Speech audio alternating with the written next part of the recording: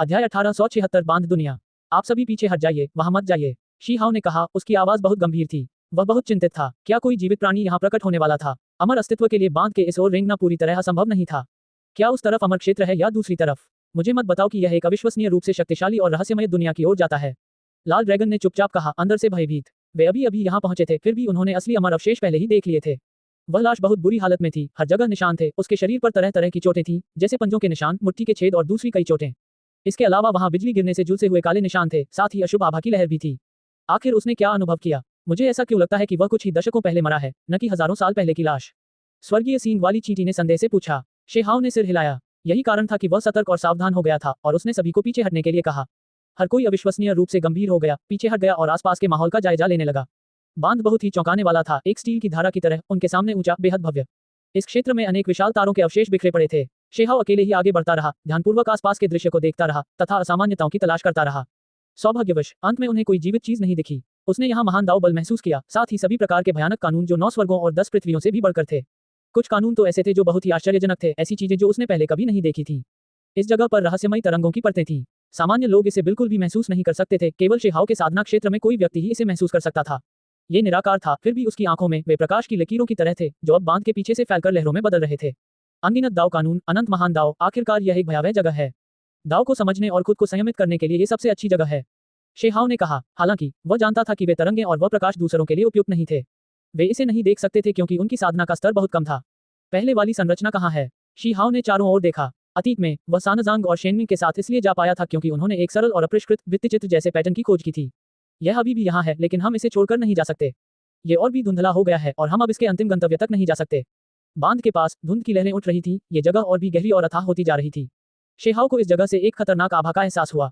बड़े भाई, बांध के पीछे क्या है? क्या हम जाकर देख सकते हैं? जू लिन ने पूछा। अन्य लोग भी आशा से भरे हुए इसके लिए लालायित थे। शीहाओ ने अपना सिर हिलाते हुए उनसे स्पष्ट कहा कि उनके बारे में भूल जाए, भले ही वह हो, बांध के दूसरी ओर जाने का कोई रास्ता नहीं है।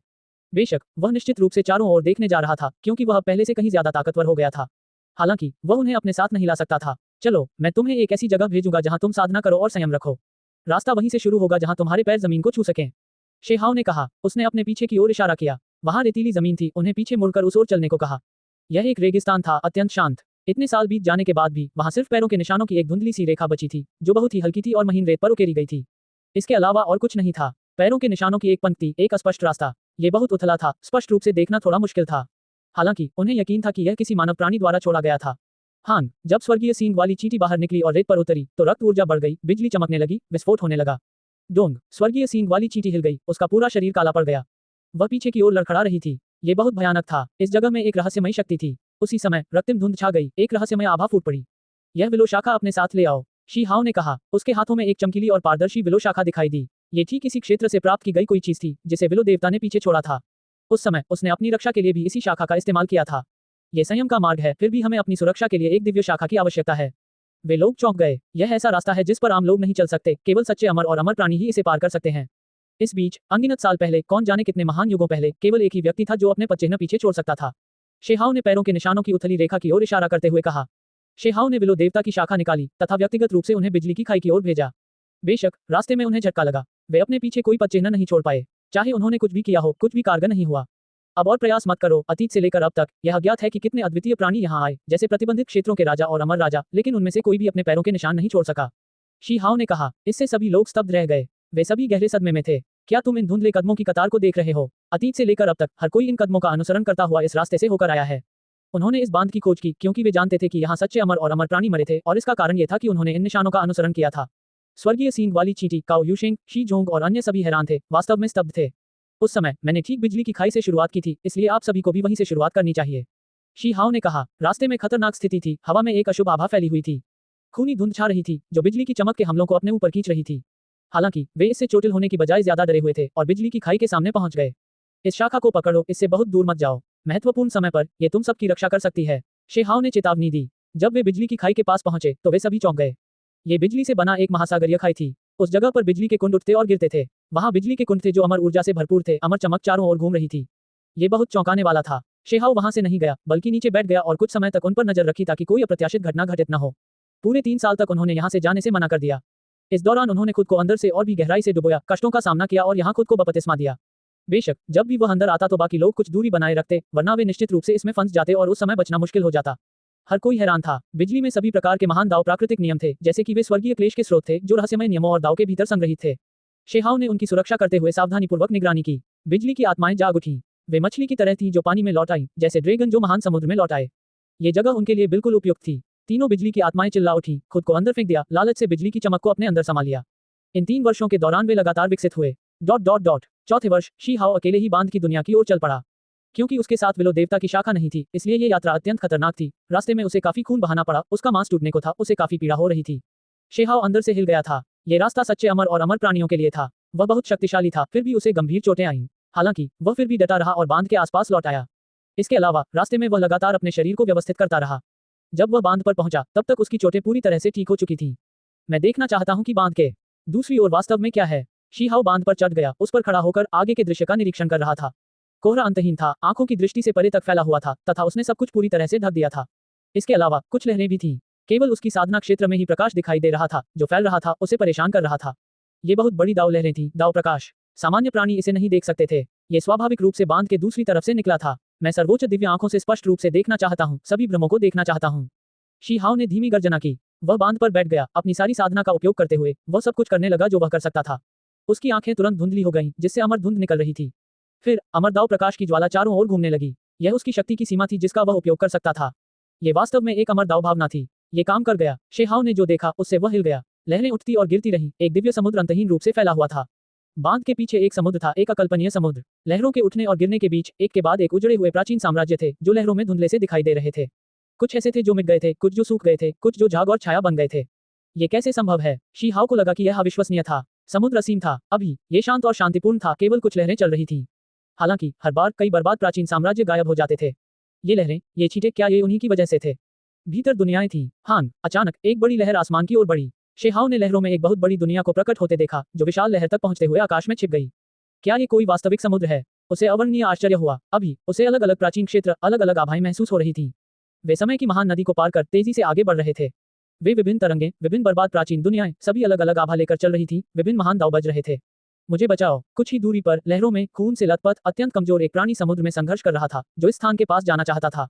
उसके पास अमर ऊर्जा थी, साथ ही अमर शक्ति भी। हालांकि एक लहर के नीचे गिरने के बाद वह निराश हो गई। उसके मुंह और नाक से खून बहने लगा और फिर वह समुद्र में डूब गई, बिना किसी निशान के गायब हो गई। वह पहले से ही बांध के करीब थी, लेकिन अभी तक वहां तक नहीं पहुंच पाई थी। शेहाव की रूह कांप उठी। ये जगह बहुत रहस्यमयी थी और बहुत डरावनी भी। उसने वास्तव में एक जीवित प्राणी देखा। क्या यह उस महान युग का प्राणी था? अगले दशक में शी हाओ ने बिल्कुल भी हिलना डुलना नहीं छोड़ा, बल्कि चुपचाप अपने आसपास के वातावरण को देखता रहा।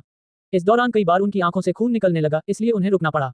हालांकि हर बार के बाद वह अधिक समय तक टिकने में सक्षम हो जाता। आगे देखें। 10 साल बीतने के बाद वह और भी दूर तक देख सकता था। समुद्र में एक द्वीप है। उसने देखा कि समुद्र की गहराई में एक टापू था। उस पर एक प्राणी था जो भयावह धुंध को दूर करने के लिए अपने असली स्वरूप को जला रहा था। उसने देखा कि आगे एक प्राणी समुद्र पार कर रहा था। उसका पूरा शरीर चोटों से भरा हुआ था, वह थका हुआ था और मर रहा था। बेशक उसने अत्यंत शक्तिशाली जीव देखे जिन्हें वास्तव में कोई नुकसान नहीं हुआ था। उसने एक आदमी को देखा जिसके हाथ में लालटेन थी। वह धुंध से ढके समुद्र में बहुत धीमी गति से आगे बढ़ रहा था और वापस लौटना चाहता था। इसके अलावा कुछ द्वीपों पर उन्होंने ऐसे जीव भी देखे जो हिल नहीं रहे थे। वे सब सीधे खड़े थे, बिल्कुल भी हिल नहीं रहे थे। काली प्राचीन नावें। इन सब के अलावा शेहाओ ने एक प्राचीन जहाज भी देखा। ये स्याही की तरह काला था। कोई समुद्र पार करने के लिए इस पर निर्भर था। अध्याय 1877 क्षेत्र सागर। काला प्राचीन जहाज बहुत बड़ा था, समुद्र में ऊपर नीचे हो रहा था। कभी कभी आसमान छूती लहरें उसे हवा में बहुत ऊपर तक ले जाती थीं, लेकिन वह नष्ट होने से इनकार कर देता था। यह समझना जरूरी था कि यह एक ऐसा समुद्र था जिसे सच्चे अमर प्राणी भी आसानी से पार नहीं कर सकते थे। शेहाओ ने पहले ही अपनी आंखों से समुद्र में अमर अस्तित्व को मरते हुए देखा था, जो पार करने में असमर्थ थे। ऐसा लग रहा था जैसे हर एक लहर में एक बर्बाद प्राचीन दुनिया समाहित थी। वह काला प्राचीन जहाज बिना किसी नुकसान के समुद्र में चल सकता था। ये वाकई असाधारण बात थी। बेशक सबसे महत्वपूर्ण बात यह थी कि यह बेहद परिचित था। दुष्ट विशालकाय जहाज ने सभी को दबाव का एहसास कराया। काला रंग भयानक था। उसे तुरंत एहसास हुआ कि उसे ऐसा क्यों महसूस हो रहा था। ये शून्य में खून से लथपथ काले प्राचीन जहाज के समान था। यह उस जहाज जैसा ही है, क्या वे एक ही जगह से हो सकते हैं? शेहाओ को संदेह हुआ। जब कोई शून्य से गुजरता था तो सबसे भयानक चीज खून से रंगे काले प्राचीन जहाज, आदिम अराजकता महल और अन्य चीजें देखना था। क्या इन प्राचीन जहाजों में से एक से ज्यादा थे? शेहाओ दंग रह गया, बहुत हिल गया। वह जहाज विशेष था, वहां केवल एक ही रक्त से रंगा काला प्राचीन जहाज होना चाहिए जो शून्य में लक्ष्यहीन रूप से घूम रहा हो। हालांकि इस रियल सागर में एक और भी था जो इसी तरह का था। वास्तव में एक से ज्यादा हैं। शेहाओ ने चौंक कर चिल्लाया। ऐसा इसलिए था क्योंकि उसकी सर्वोच्च स्वर्गीय आंखों ने एक और जहाज देखा था जो क्षतिग्रस्त था और भी दूर बह रहा था। वह जहाज बहुत बड़ा था, किसी तारे जैसा दिख रहा था। दुर्भाग्य से वह नष्ट हो गया। कोई भी व्यक्ति स्पष्ट रूप से देख सकता था कि उस जहाज से लाशें लटक रही थी, सबसे शक्तिशाली प्राणियों के अवशेष। ऐसा क्यों हुआ? शेहाव ने भौहें सिकोड़ी। इसके तुरंत बाद उसे कुछ बातें याद आईं। समुद्र से जीवित जीव बाहर आ रहे हैं। शेहाव को एहसास हुआ कि प्रतिबंधित क्षेत्र के स्वामी के अलावा अन्य प्राणी भी थे जो जीवित बच गए। खून से रंगा काला प्राचीन जहाज संभवतः गाड़ी था। उस युग में कौन कौन से जीव जंतु निकले थे, ये पता लगाने का उसके पास कोई तरीका नहीं था। जैसे जैसे लहरें उठती और गिरती रहीं, जैसे जैसे साल बीतते गए, शिहाव ने व्यक्तिगत रूप से इस समुद्र में कुछ जीवों को मरते देखा। जब उसने ध्यान से उनकी गिनती की तो जीवित प्राणियों की संख्या ज्यादा नहीं थी। समुद्र पार करना मुश्किल था, उनमें से ज्यादातर लाशें थीं। वे सभी अलग अलग प्रजातियों के थे, कुछ मानव जैसे, कुछ ऐसे जिनके बारे में उसने पहले कभी न सुना था और न ही देखा था। उदाहरण के लिए, उसने एक प्राणी देखा जिसका सिर सुनहरे शेर का था, जो अविश्वसनीय रूप से राजसी था, मानो वह कोई महान शासक हो, लेकिन उसका शरीर ड्रैगन जैसा लंबा था, साथ ही मकड़ी जैसे लंबे पैर भी थे। आधे साल बाद शिहाव ने एक नई खोज की, समुद्र में एक विशाल मकबरा तैरता हुआ देखा, जो कि हल्का सा दिखाई दे रहा था।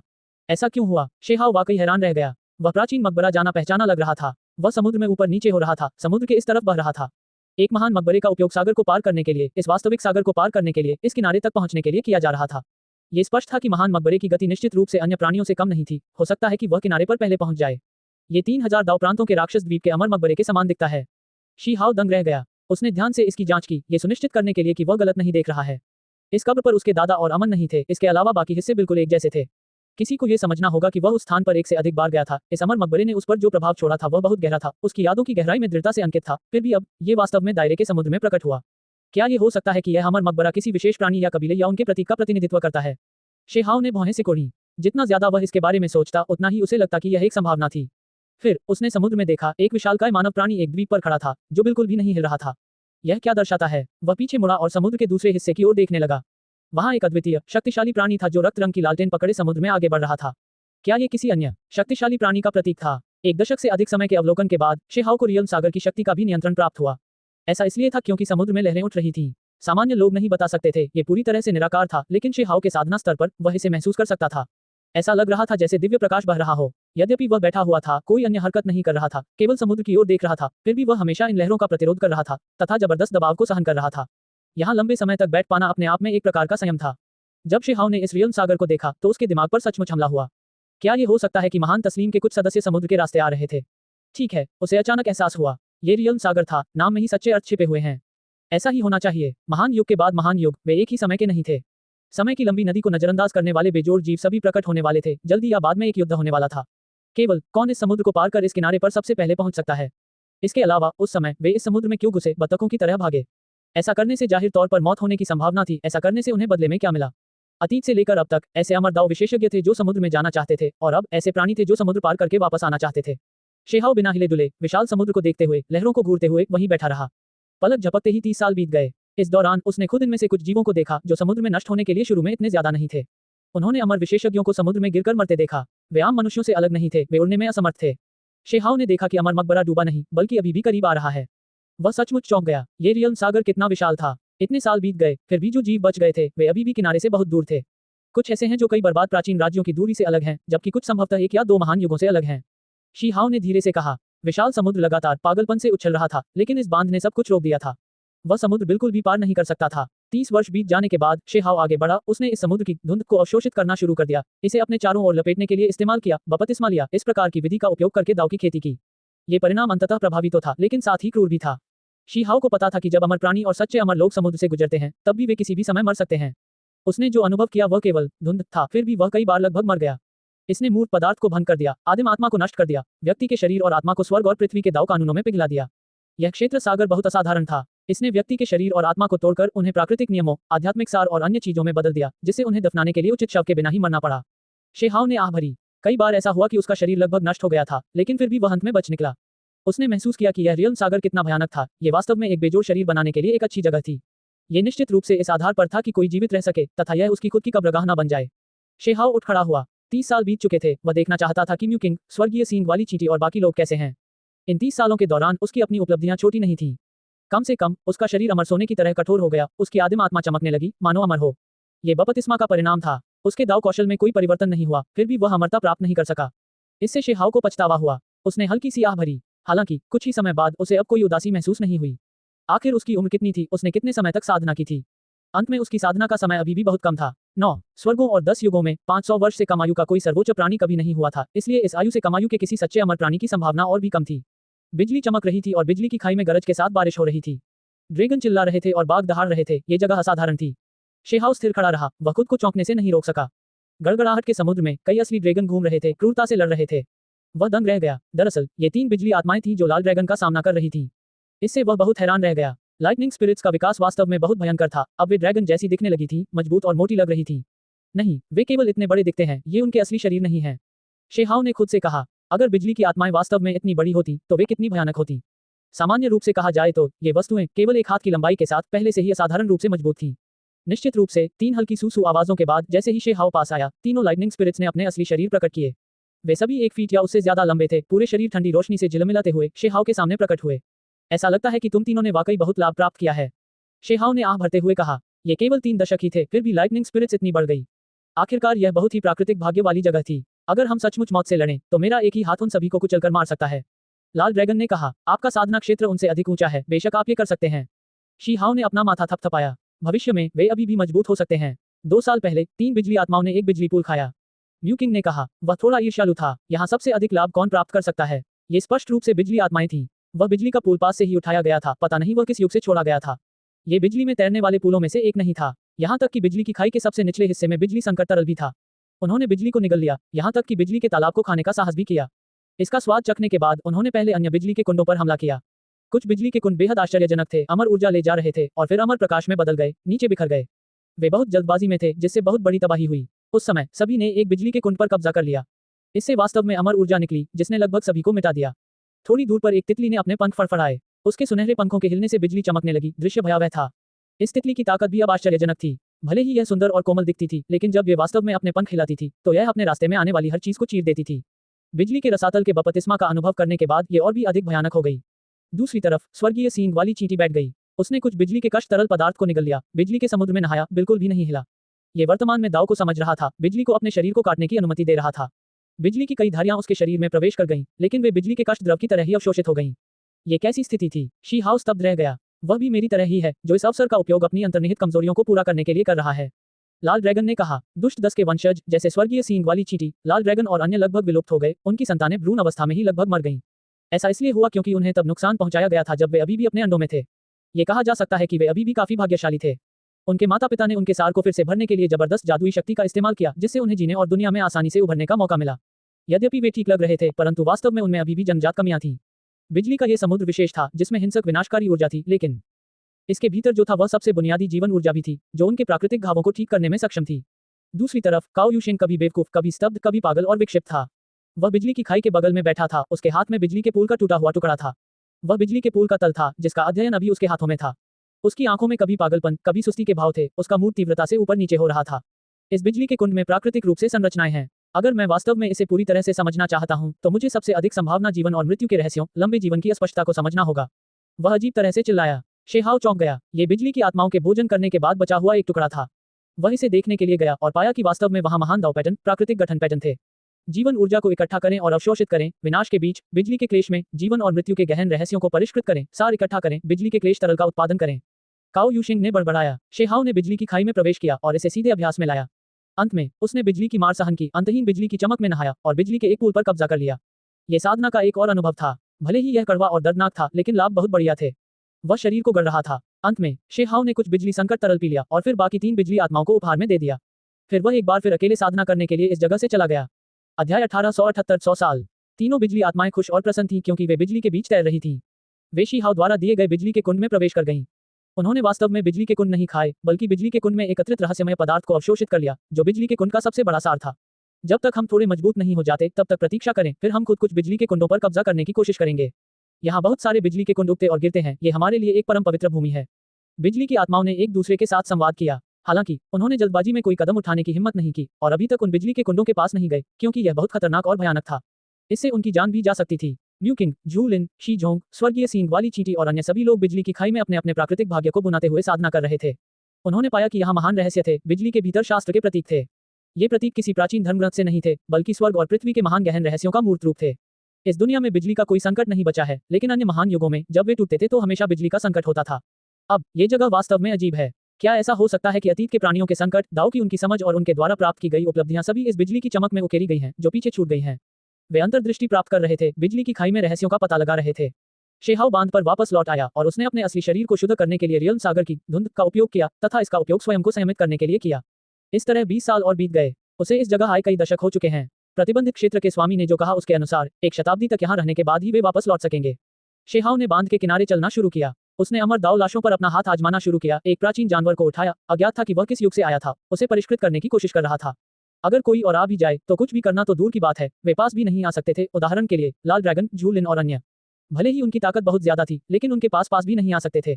ऐसा इसलिए था क्योंकि जब सच्चे अमर लोगों की नकारात्मक आभा फैलती थी तो उनका विस्फोटक पक्ष पूरी तरह से फूट पड़ता था। अगर वे बलपूर्वक पास जाते तो उनके शरीर फट जाते। पहले तो शेहाओ अभी भी बहुत सावधान था। इस तरह का जीव बहुत ताकतवर था, यहाँ तक कि उसे अंदर से कांपने पर मजबूर कर रहा था। उसे डर था कि कहीं कोई अप्रत्याशित घटना न हो जाए।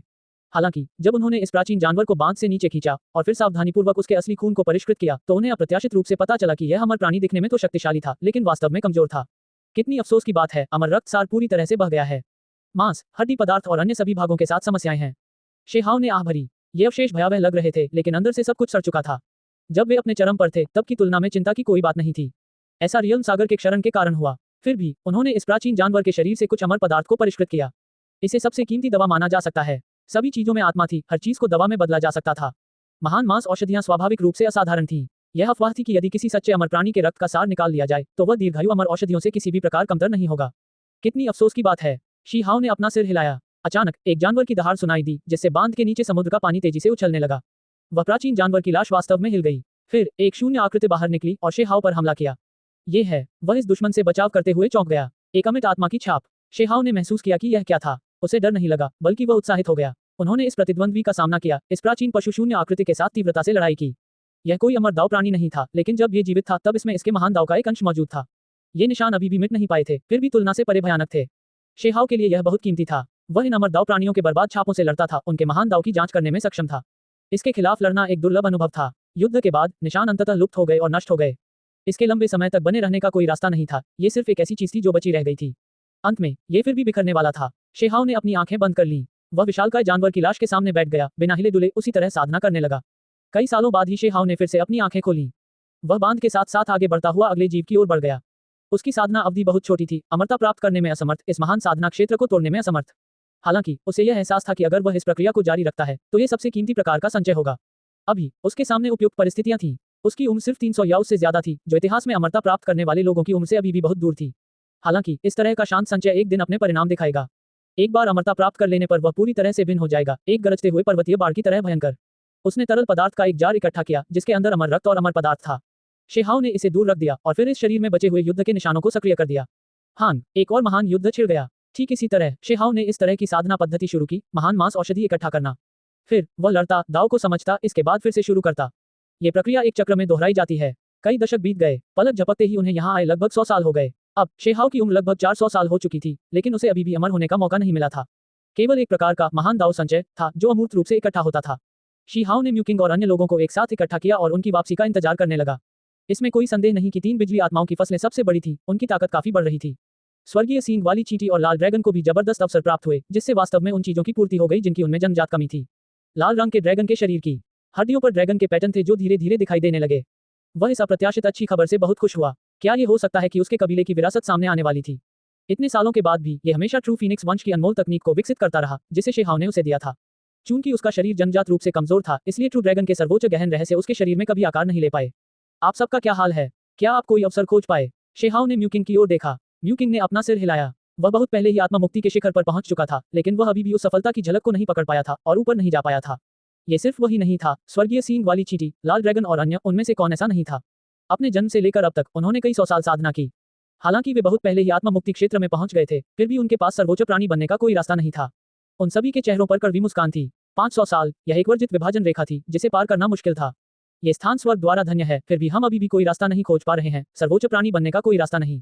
ऐसा लगता है कि यह वास्तव में एक लंबा और कठिन रास्ता है। स्वर्गीय सींग वाली चींटी को पछतावा हुआ। हालांकि इसके तुरंत बाद उन्होंने अपनी चिंताओं को दूर कर दिया। उस समय पिछले महान युग में 9 स्वर्गों और 10 पृथ्वियों के विभिन्न सच्चे अमर, उनमें से कौन 500 वर्षों से कम समय में सर्वोच्च प्राणी बन गया? हुआंग, अंत में केवल एक ही बचा था। अगर यह यात्रा पर्याप्त नहीं है तो हम अगली बार 100 साल के लिए आएंगे। मैं आप सभी को बांध तक ले जाऊंगा, आप सभी पर नजर रखकर आपकी मदद करूंगा। शेहाओ ने कहा। हर कोई अवाक था। वे सर्वोच्च प्राणी नहीं बन पाए, इसका मुख्य कारण यह नहीं था। मुख्य कारण यह था कि 500 साल का अभिशाप जो हमेशा से मौजूद था, उससे छुटकारा पाना मुश्किल था। 100 साल पूरे हो गए। शून्य फट गया, पिघले हुए लोहे की तरह संरचना के पैटर्न अंदर आने लगे, शून्य में गुंथ गए, उन्हें चारों ओर से लपेट लिया और फिर जल्दी से चले गए, उन्हें दूर ले गए। प्रतिबंधित क्षेत्र के स्वामी के पास लोगों का एक समूह दिखाई दिया। प्रतिबंधित क्षेत्र के स्वामी ने ज्यादा कुछ न कहते हुए सिर हिला दिया और उन्हें जाने का आदेश दिया। स्टोन विलेज पहले जैसा ही था। एक सदी बीतने के बाद इस जगह का आध्यात्मिक सार अब अन्य जगहों की तुलना में कहीं ज्यादा था। ऐसा इसलिए था क्योंकि यहाँ दिव्य औषधियां लगाई गई थी, इसकी रक्षा करने वाली संरचनाएं थी। नॉर्ड्रेगन इस जगह को पकड़े हुए ताबूत को खींच रहे थे। शी हाओ वापस आ गया, किसी ने चिल्लाकर कहा। 100 साल बीतने के बाद स्टोन विलेज में लोगों की कई और पीढ़ियां आई और जनसंख्या अधिक से अधिक समृद्ध होती गई। अभी भी कुछ चीजें ऐसी थी जो अपरिहार्य थी। हर कोई एक दिन बूढ़ा हो जाता है, कुछ लोग पहले ही इस दुनिया को छोड़ चुके हैं। कबीले का मुखिया शी युनफेंग पहले से ही बहुत बूढ़ा था, अब उसकी उम्र लगभग 500 साल हो चुकी थी। उसके बाल बर्फ की तरह सफेद हो चुके थे, हर जगह झुर्रियां थी। अब वह दूसरों की मदद से शेहाओ को देखने के लिए गांव के सामने पहुंचा। दादाजी मुखिया, शेहाओ की आंखें दुखने लगी। एक सदी तक न मिलने के कारण कबीले के मुखिया पहले से ही बूढ़े हो चुके थे। ये तब भी परिणाम था जब उसने उसे अपने मेरिडियन को साफ करने में मदद की थी। आखिरकार बुजुर्ग की साधना उतनी ऊंची नहीं थी, महान दांव पथ पर नहीं चल रही थी। इस साधना विहीन युग में चाहे किसी की साधना कितनी भी गहन क्यों न हो, फिर भी उसकी तुलना अतीत के साधकों से नहीं की जा सकती। जब तक तुम वापस आ जाओ तब तक सब ठीक है, जब तक तुम सुरक्षित हो। बूढ़े कबीले के मुखिया के हाथ थोड़े कांप रहे थे जब उन्होंने शेहाओ के हाथ पकड़ लिए। वह जानता था कि वह अब बूढ़ा हो चुका है, उसके पास जीने के लिए ज्यादा साल नहीं बचे हैं। अब वह अपनी पीढ़ी का अकेला व्यक्ति बचा था। उन सभी को बहुत पहले ही पहाड़ की कब्रों के नीचे दफना दिया गया था। इन वर्षों के दौरान वह हमेशा अकेला रहता था, हमेशा अपने पुराने साथियों के बारे में याद करता रहता था। उस पीढ़ी के पत्थर के ग्रामीणों के पास उच्च खेती नहीं थी, यहाँ तक कि उनमें से कई लोग खेती के रास्ते पर भी नहीं चलते थे। खेती रहित युग के आने के बाद सभी प्रकार की दवाओं का प्रभाव कम हो गया, जिससे उनके लिए लंबे समय तक जीना मुश्किल हो गया। युनशी ने पुराने कबीले के मुखिया का समर्थन किया। शिजीलिंग और उनकी पत्नी भी यहाँ थे। वे अभी भी बेहतर स्थिति में थे क्योंकि उनकी साधना का स्तर अभी भी काफी ऊंचा था। शेहाओ आगे बढ़ा, उसने भी शी युनफेंग को पकड़ लिया। समय की निर्ममता, वर्षों की जंग को गहराई से महसूस किया। अतीत के बुजुर्गों में से दादाजी चीफ अब केवल एक ही बचे थे। वह पलटा, यहाँ तक कि दाजुंग, एरमिंग, पिहो और अन्य लोगों के बाल पहले से ही सफेद हो चुके थे। उसके बचपन के साथी अब सभी बूढ़े हो चुके थे। इस बीच दाजुंग और अन्य लोगों के पिता, भले ही उन्होंने खेती की हो, वह पीढ़ी शी युनफेंग जितनी मजबूत थी, वे पहले ही चले गए थे, गुजर रहे थे। शेहाओ को अंदर से दर्द महसूस हुआ। मृत्यु की नियति को रोकना मुश्किल था, अंत में वे एक दिन अलग हो ही जाएंगे। उसे यह स्वीकार करना मुश्किल लगा, सहना मुश्किल, उसका दिल दुख रहा था। स्टोन विलेज की बाद की पीढ़ियां पिछली पीढ़ियों की तुलना में अधिक मजबूत थीं। ये निस्संदेह इसलिए था क्योंकि परिस्थितियां अलग थीं, उन सभी ने एक महान नींव स्थापित की थी। मैं आप सभी को बूढ़ा होते और मरते हुए नहीं देखना चाहता। शेहाओ वास्तव में बहुत हिल गया था, अंदर से चिल्ला रहा था। आज जब वह लौटा तो उसे एक तरह की अभूतपूर्व तत्परता महसूस हुई। उसकी नाक में दम हो गया था, वह सब कुछ बदल देना चाहता था। वह नहीं चाहता था कि उसके आसपास के लोग एक के बाद एक चले जाएं, बुढ़ापे में मर जाएं। लेकिन वह क्या कर सकता था? क्या दैवीय औषधियां और अन्य चीजें इन लोगों को बचा सकती थी? अध्याय 1879 अतीत और वर्तमान दोनों में प्रकट हुआ। इसने शेहाओ को बहुत ज्यादा प्रभावित किया। वह पहले से ही बहुत ताकतवर था, फिर भी वह बहुत असहाय था। उम्र एक ऐसी चीज थी जिसका विरोध नहीं किया जा सकता था, यहाँ तक कि सर्वोच्च शक्ति वाले व्यक्ति के पास भी इसे उड़ने का कोई तरीका नहीं था।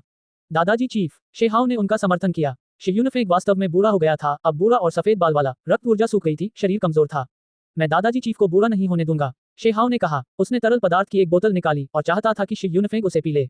यह अमर रक्त था जिसे उसने बांध की दुनिया से इकट्ठा किया था, जो पहले से ही परिष्कृत था, कुछ अमर पदार्थ प्राप्त कर रहा था। जैसे ही उसने बर्तन खोला, सभी लोग भावुक हो गए। अंदर से एक स्पष्ट सुगंध आ रही थी, अंदर खून की बूंदें उत्तम शराब की तरह थीं। इसे बार बार परिष्कृत किया गया, इसमें मौजूद घातक ऊर्जा और हानिकारक पदार्थ सभी को परिष्कृत कर दिया गया और यह पहले से ही एक बेहतरीन औषधि बन गई। शेहाओ ने वहां एक शताब्दी बिताई, लेकिन वह केवल कुछ कंटेनरों को ही परिष्कृत कर पाया। ये तरल अमूल्य था, यहाँ तक कि खेती रहित युग में प्रवेश करने के बाद दिव्य दवाओं से भी अधिक कीमती था। वर्तमान आकाश के नीचे वह एकमात्र व्यक्ति था जो इस अमर रक्त को परिष्कृत कर सकता था। भले ही सार बह गया था, केवल कुछ अंश ही बचे थे, फिर भी अन्य लोग इसे परिष्कृत नहीं कर सके। अमर शव के करीब पहुंचने से पहले ही उनके शरीर फट जाते थे। अमर दाव बल अतुलनीय था।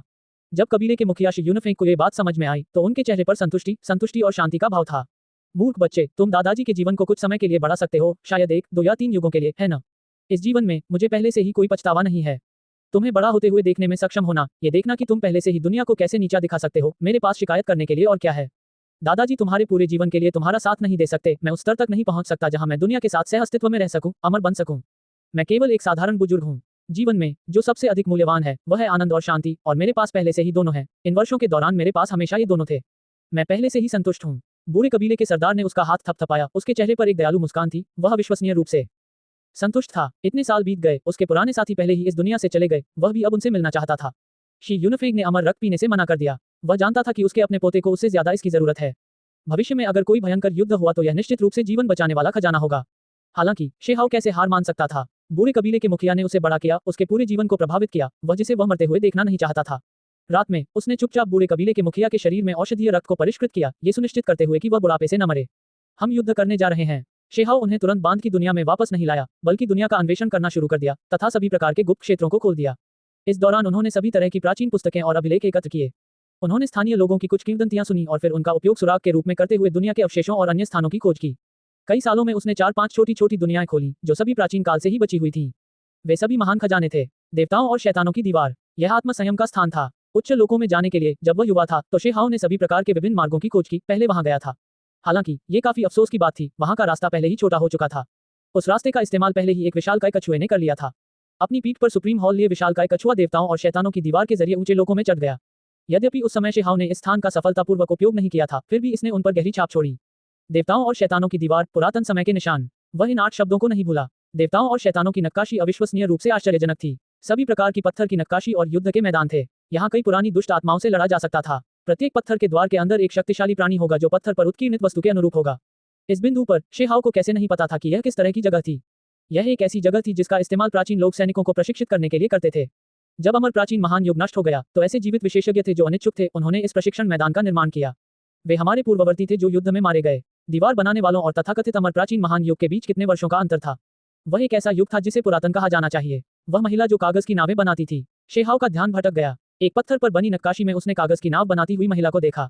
उसकी आंखें गहरी हो गईं, मानो वह समय और स्थान के पार झांक सकता हो, कुनपेन के घोंसले तक नजर दौड़ा रहा हो। उसने पहले वहां खून से रंगी काली कागज की नावें देखी थीं। ऐसा नहीं लगता कि वे इस समय स्थान से संबंधित लोग हैं। ऐसा क्यों है कि उसने यहाँ भी कुछ निशान छोड़े हैं। शेहाओ ने मन ही मन सोचा। इसके तुरंत बाद वह विमुख हो गया। ये दूसरों द्वारा बनाई गई चीज होनी चाहिए। केवल क्या ऐसे लोग थे जो पुरातन काल से पहले भी कागज की नाव बनाने वाली महिला से मिले थे। यह उत्कीर्णन किसी व्यक्ति से इतना मिलता जुलता क्यों है। काओ यूशिंग ने चिंता में चिल्लाकर कहा। जब वह अपनी कब्रगाह से बाहर निकला तो वह शेहाओ के साथ मिलकर उच्च लोकों में प्रवेश कर गया। स्वर्गीय सींग वाली चींटी भी ऐसी ही थी जो अभी उसका पीछा कर रही थी। ये किंगशियान। स्वर्गीय सींग वाली चींटी भी चौंक गई। यहाँ बहुत सारे अवशेष थे। उन्होंने पाया कि यहाँ ये किंगशियान की कुछ नक्काशी भी थी। ये दोनों उजाड़ सीमा के शाही दर्रे पर गए थे और ये किंगशियान से मिले थे। शेहाओ दंग रह गया। वह भी हैरान था, ऐसा कैसे हो सकता है। ये किंगशियन पुरातन काल से पहले कैसे प्रकट हो सकती है। उस युग में उसे देखने वाले लोग पहले से ही उसे यहाँ उकेर रहे थे। ये कैसे संभव था। वह स्पष्ट रूप से एक युवा महिला थी। शेहाओ ने उसके साथ एक से अधिक बार बातचीत की थी। उसने कभी भी उसके शरीर से बड़े बदलावों की आभा महसूस नहीं की। यहाँ पर क्या हो रहा था। अंत में उसे ये किंगशियान से मिले हुए काफी समय हो चुका था। उजाड़ सीमा युद्ध पूरी तरह से समाप्त होने के बाद ये किंगशियान गायब हो गया। हमने वास्तव में ये खोज की है। शीहाओ, स्वर्गीय सींग वाली चींटी और काओ यूशिंग सभी को गहरा सदमा लगा। उन्हें ये समझना मुश्किल हो गया। अंत में शीहाओ ने मू किंग और अन्य लोगों को इसकी जांच करने, विभिन्न भूमियों की खोज करने का आदेश दिया। कुछ ही समय बाद वे उच्च लोकों में चले गए। शेहाओ ने व्यक्तिगत रूप से इंपीरियल कोर्ट के प्रभाव का उपयोग करके ये किंगशियन के बारे में सभी प्रकार के सुराग खोजने की व्यवस्था की। अंत में वह चौंक गया। 9 स्वर्गों 10 पृथ्वियों में वास्तव में सुराग थे। किसी को कुछ अवशेषों में उसकी मूर्ति मिली। ये कैसे संभव है। काओ यूशिंग दंग रह गया। वह ये किंगशियान से भी मिल चुका था। वह एक बूढ़ा राक्षस था। हालांकि ऐसा ही होना चाहिए। इंपीरियल पास में जो कुछ उन्होंने सीखा उसके आधार पर ये किंगशियान केवल एक युवा महिला थी, कोई बूढ़ी चुड़ैल नहीं। और भी सुराग हैं। म्यू किंग को शीहाओ को सूचित करते हुए एक रिपोर्ट मिली। यह अफवाह थी कि कई साल पहले ऐसे लोग थे जिन्होंने ओरिजिन प्राचीन खदान में ये किंगशियन की मूर्ति देखी थी। मूल प्राचीन खदान अंदर का हिस्सा बेहद रहस्यमय था। जो लोग अंदर गए वे लगभग सभी मर गए। उनके लिए जीवित रहना मुश्किल था। सभी प्रकार के खतरे और विचित्रताएं थीं। हालांकि अंत में कुछ लोग भाग्यशाली रहे और वे जीवित बच गए। उदाहरण के लिए शेहाओ, वह स्वयं पहले भी वहां गया था और उस स्थान से 6 दाव पुनर्जन्मों के हस्त संकेत प्राप्त किए थे। ऐसा लगता है कि अब वहां जाने का समय आ गया है। शेहाओ ने कहा, आप मूल प्राचीन खदान में जाने वाले हैं। काओ यूशिंग और स्वर्गीय सींग वाली चींटी दोनों ने इसका विरोध किया क्योंकि वह जगह बहुत अजीब थी, अब पहले से ही सील कर दी गई थी। मैं अब पहले से ही एक सर्वोच्च प्राणी हूँ, अब समय आ गया है कि मैं इसे देखूं। मुझे याद है कि अंदर दीर्घायु औषधि की एक डंडी भी है। अगर संभव हो तो मैं इसे बाहर लाना चाहता हूँ। शेहाओ ने बिना किसी डर के आगे बढ़ने पर जोर दिया। मूल प्राचीन खदान शांतिपूर्ण और असीम थी। अतीत में वहां बहुत सारा काला खून बहता था। इसे कई लोगों ने मिलकर सील कर दिया था। अब कई साल हो चुके थे जब कोई भी वहां नहीं आया था। अंत में शेहाओ अकेले ही आगे बढ़ गया तथा अपने साथ जाने की इच्छा रखने वाले अन्य सभी लोगों को अस्वीकार कर दिया। नीचे कई रास्ते थे जो भूल भुलैया की तरह जटिल थे। उस समय शेहाओ लगभग मर ही गया था, लेकिन अब वह किसी भी खतरे का सामना किए बिना शांत तरीके से आगे बढ़ रहा था। पता चला कि यह वास्तव में एक द्वार था। यह अमर क्षेत्र की ओर जाता है। शेहाओ ने एक अजीब सा भाव प्रकट किया। उस द्वार से आने वाली आभा बेहद जानी पहचानी थी। यह पहली बार नहीं था जब उसने इसे महसूस किया था। यह उस द्वार के समान था जिसका इस्तेमाल शेहाओ ने पहले भी इस क्षेत्र में प्रवेश करते समय किया था। उसने कभी नहीं सोचा था कि इस मूल प्राचीन खदान में कोई द्वार छिपा होगा। हालांकि इसे पहले ही पूरी तरह से सील कर दिया गया था। अतीत में रक्षकों के वंशज डुगु युन ने भी अपने पूर्वजों के बारे में सुराग खोजने की इच्छा से इस स्थान को खोजा था। हालांकि अंत में काला खून बह निकला जिससे उसे दयनीय स्थिति में भागने के लिए मजबूर होना पड़ा। शेहाओ ने इस पर हमला करने की कोशिश की, ये देखने के लिए कि क्या वह इसे एक ही बार में तोड़ सकता है। अगर वह ऐसा कर सकता है तो वह इस प्रवेश द्वार के माध्यम से अमर क्षेत्र में प्रवेश कर सकता है। ये स्पष्ट रूप से एक रास्ता था। उसी क्षण एक रहस्यमयी आभा उमड़ पड़ी। उस द्वार से काला रक्त रिसकर बाहर बहने लगा। ये वाकई अजीब है। क्या यह अमर क्षेत्र की ओर जाने वाला द्वार नहीं है। यहाँ एक अशुभ आभा क्यों है। काला खून क्यों रिस रहा है। शेहाओ ने उस पर हमला जारी रखा। वह द्वार अप्रभावित रहा, केवल अशुभ काला रक्त बहता हुआ यहाँ दिखाई दिया। मेरे लौटने का रास्ता, इस पर कौन दस्तक दे रहा है? एक स्पष्ट और कमजोर आवाज सुनाई दी, जैसे वह अरबों साल पहले से आ रही हो, जैसे कोई अंतहीन दुनिया उन्हें अलग कर रही हो, समय की लंबी नदी उनके बीच खड़ी हो। उस पल शी हाओ हिल गया। उसे पता था कि यह कैसी जगह है। ये 3000 प्रांतों के फीन द्वीप के समान था, एक अद्वितीय वर्जित अस्तित्व की वापसी का मार्ग। केवल यह विशेषज्ञ वास्तव में मजबूत था, या ये कहा जा सकता है कि वह करीब था, वास्तव में यह महसूस कर रहा था कि कोई उसके लिए छोड़े गए गेट को तोड़ रहा है। क्या वह अमर क्षेत्र में है या फिर रियल सागर में? या शायद उसने अमर क्षेत्र से एक गेट चुराया है और उसे अपने इस्तेमाल के लिए परिष्कृत किया है। शेहाओ ने खुद से कहा। दुर्भाग्य से वह दीर्घायु औषधि कहीं नहीं मिली। उसने केवल प्रवेश द्वार के पास कुछ निशान देखे, जो ये संकेत देते थे कि दीर्घायु औषधि पहले भी इस स्थान से होकर गुजरी थी। यह उस द्वार के पीछे की दुनिया में प्रवेश कर गया। शेहाओ ने मूल प्राचीन खदान की पूरी खोज की। अपने साधना क्षेत्र में उसे अभी भी कुछ खतरों का सामना करना पड़ा, लेकिन उसने उन सभी को बेअसर कर दिया।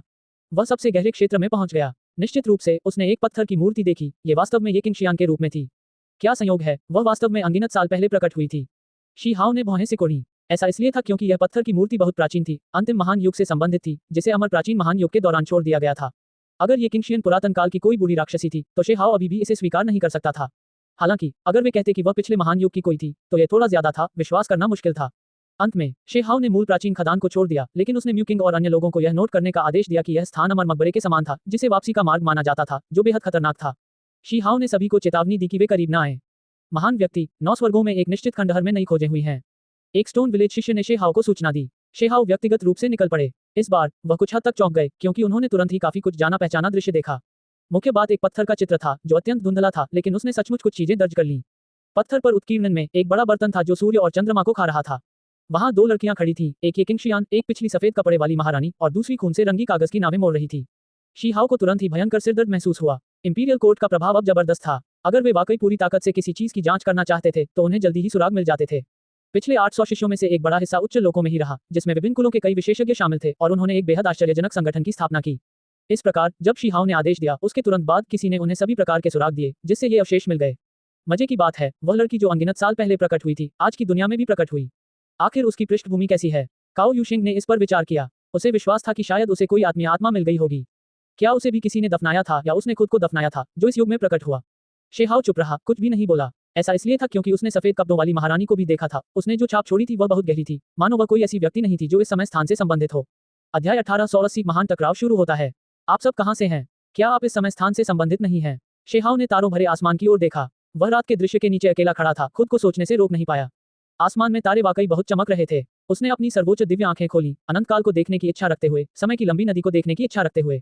9 स्वर्गों और 10 पृथ्वियों में ये किंगशियान के अवशेष कई खंडहरों में पाए गए। महारानी के बारे में कुछ सुराग भी उससे संबंधित थे। ये वास्तव में अतुलनीय रूप से चौंकाने वाला था। हालांकि यह अभी भी सीमा थी, उन्होंने आगे कोई खोज नहीं की।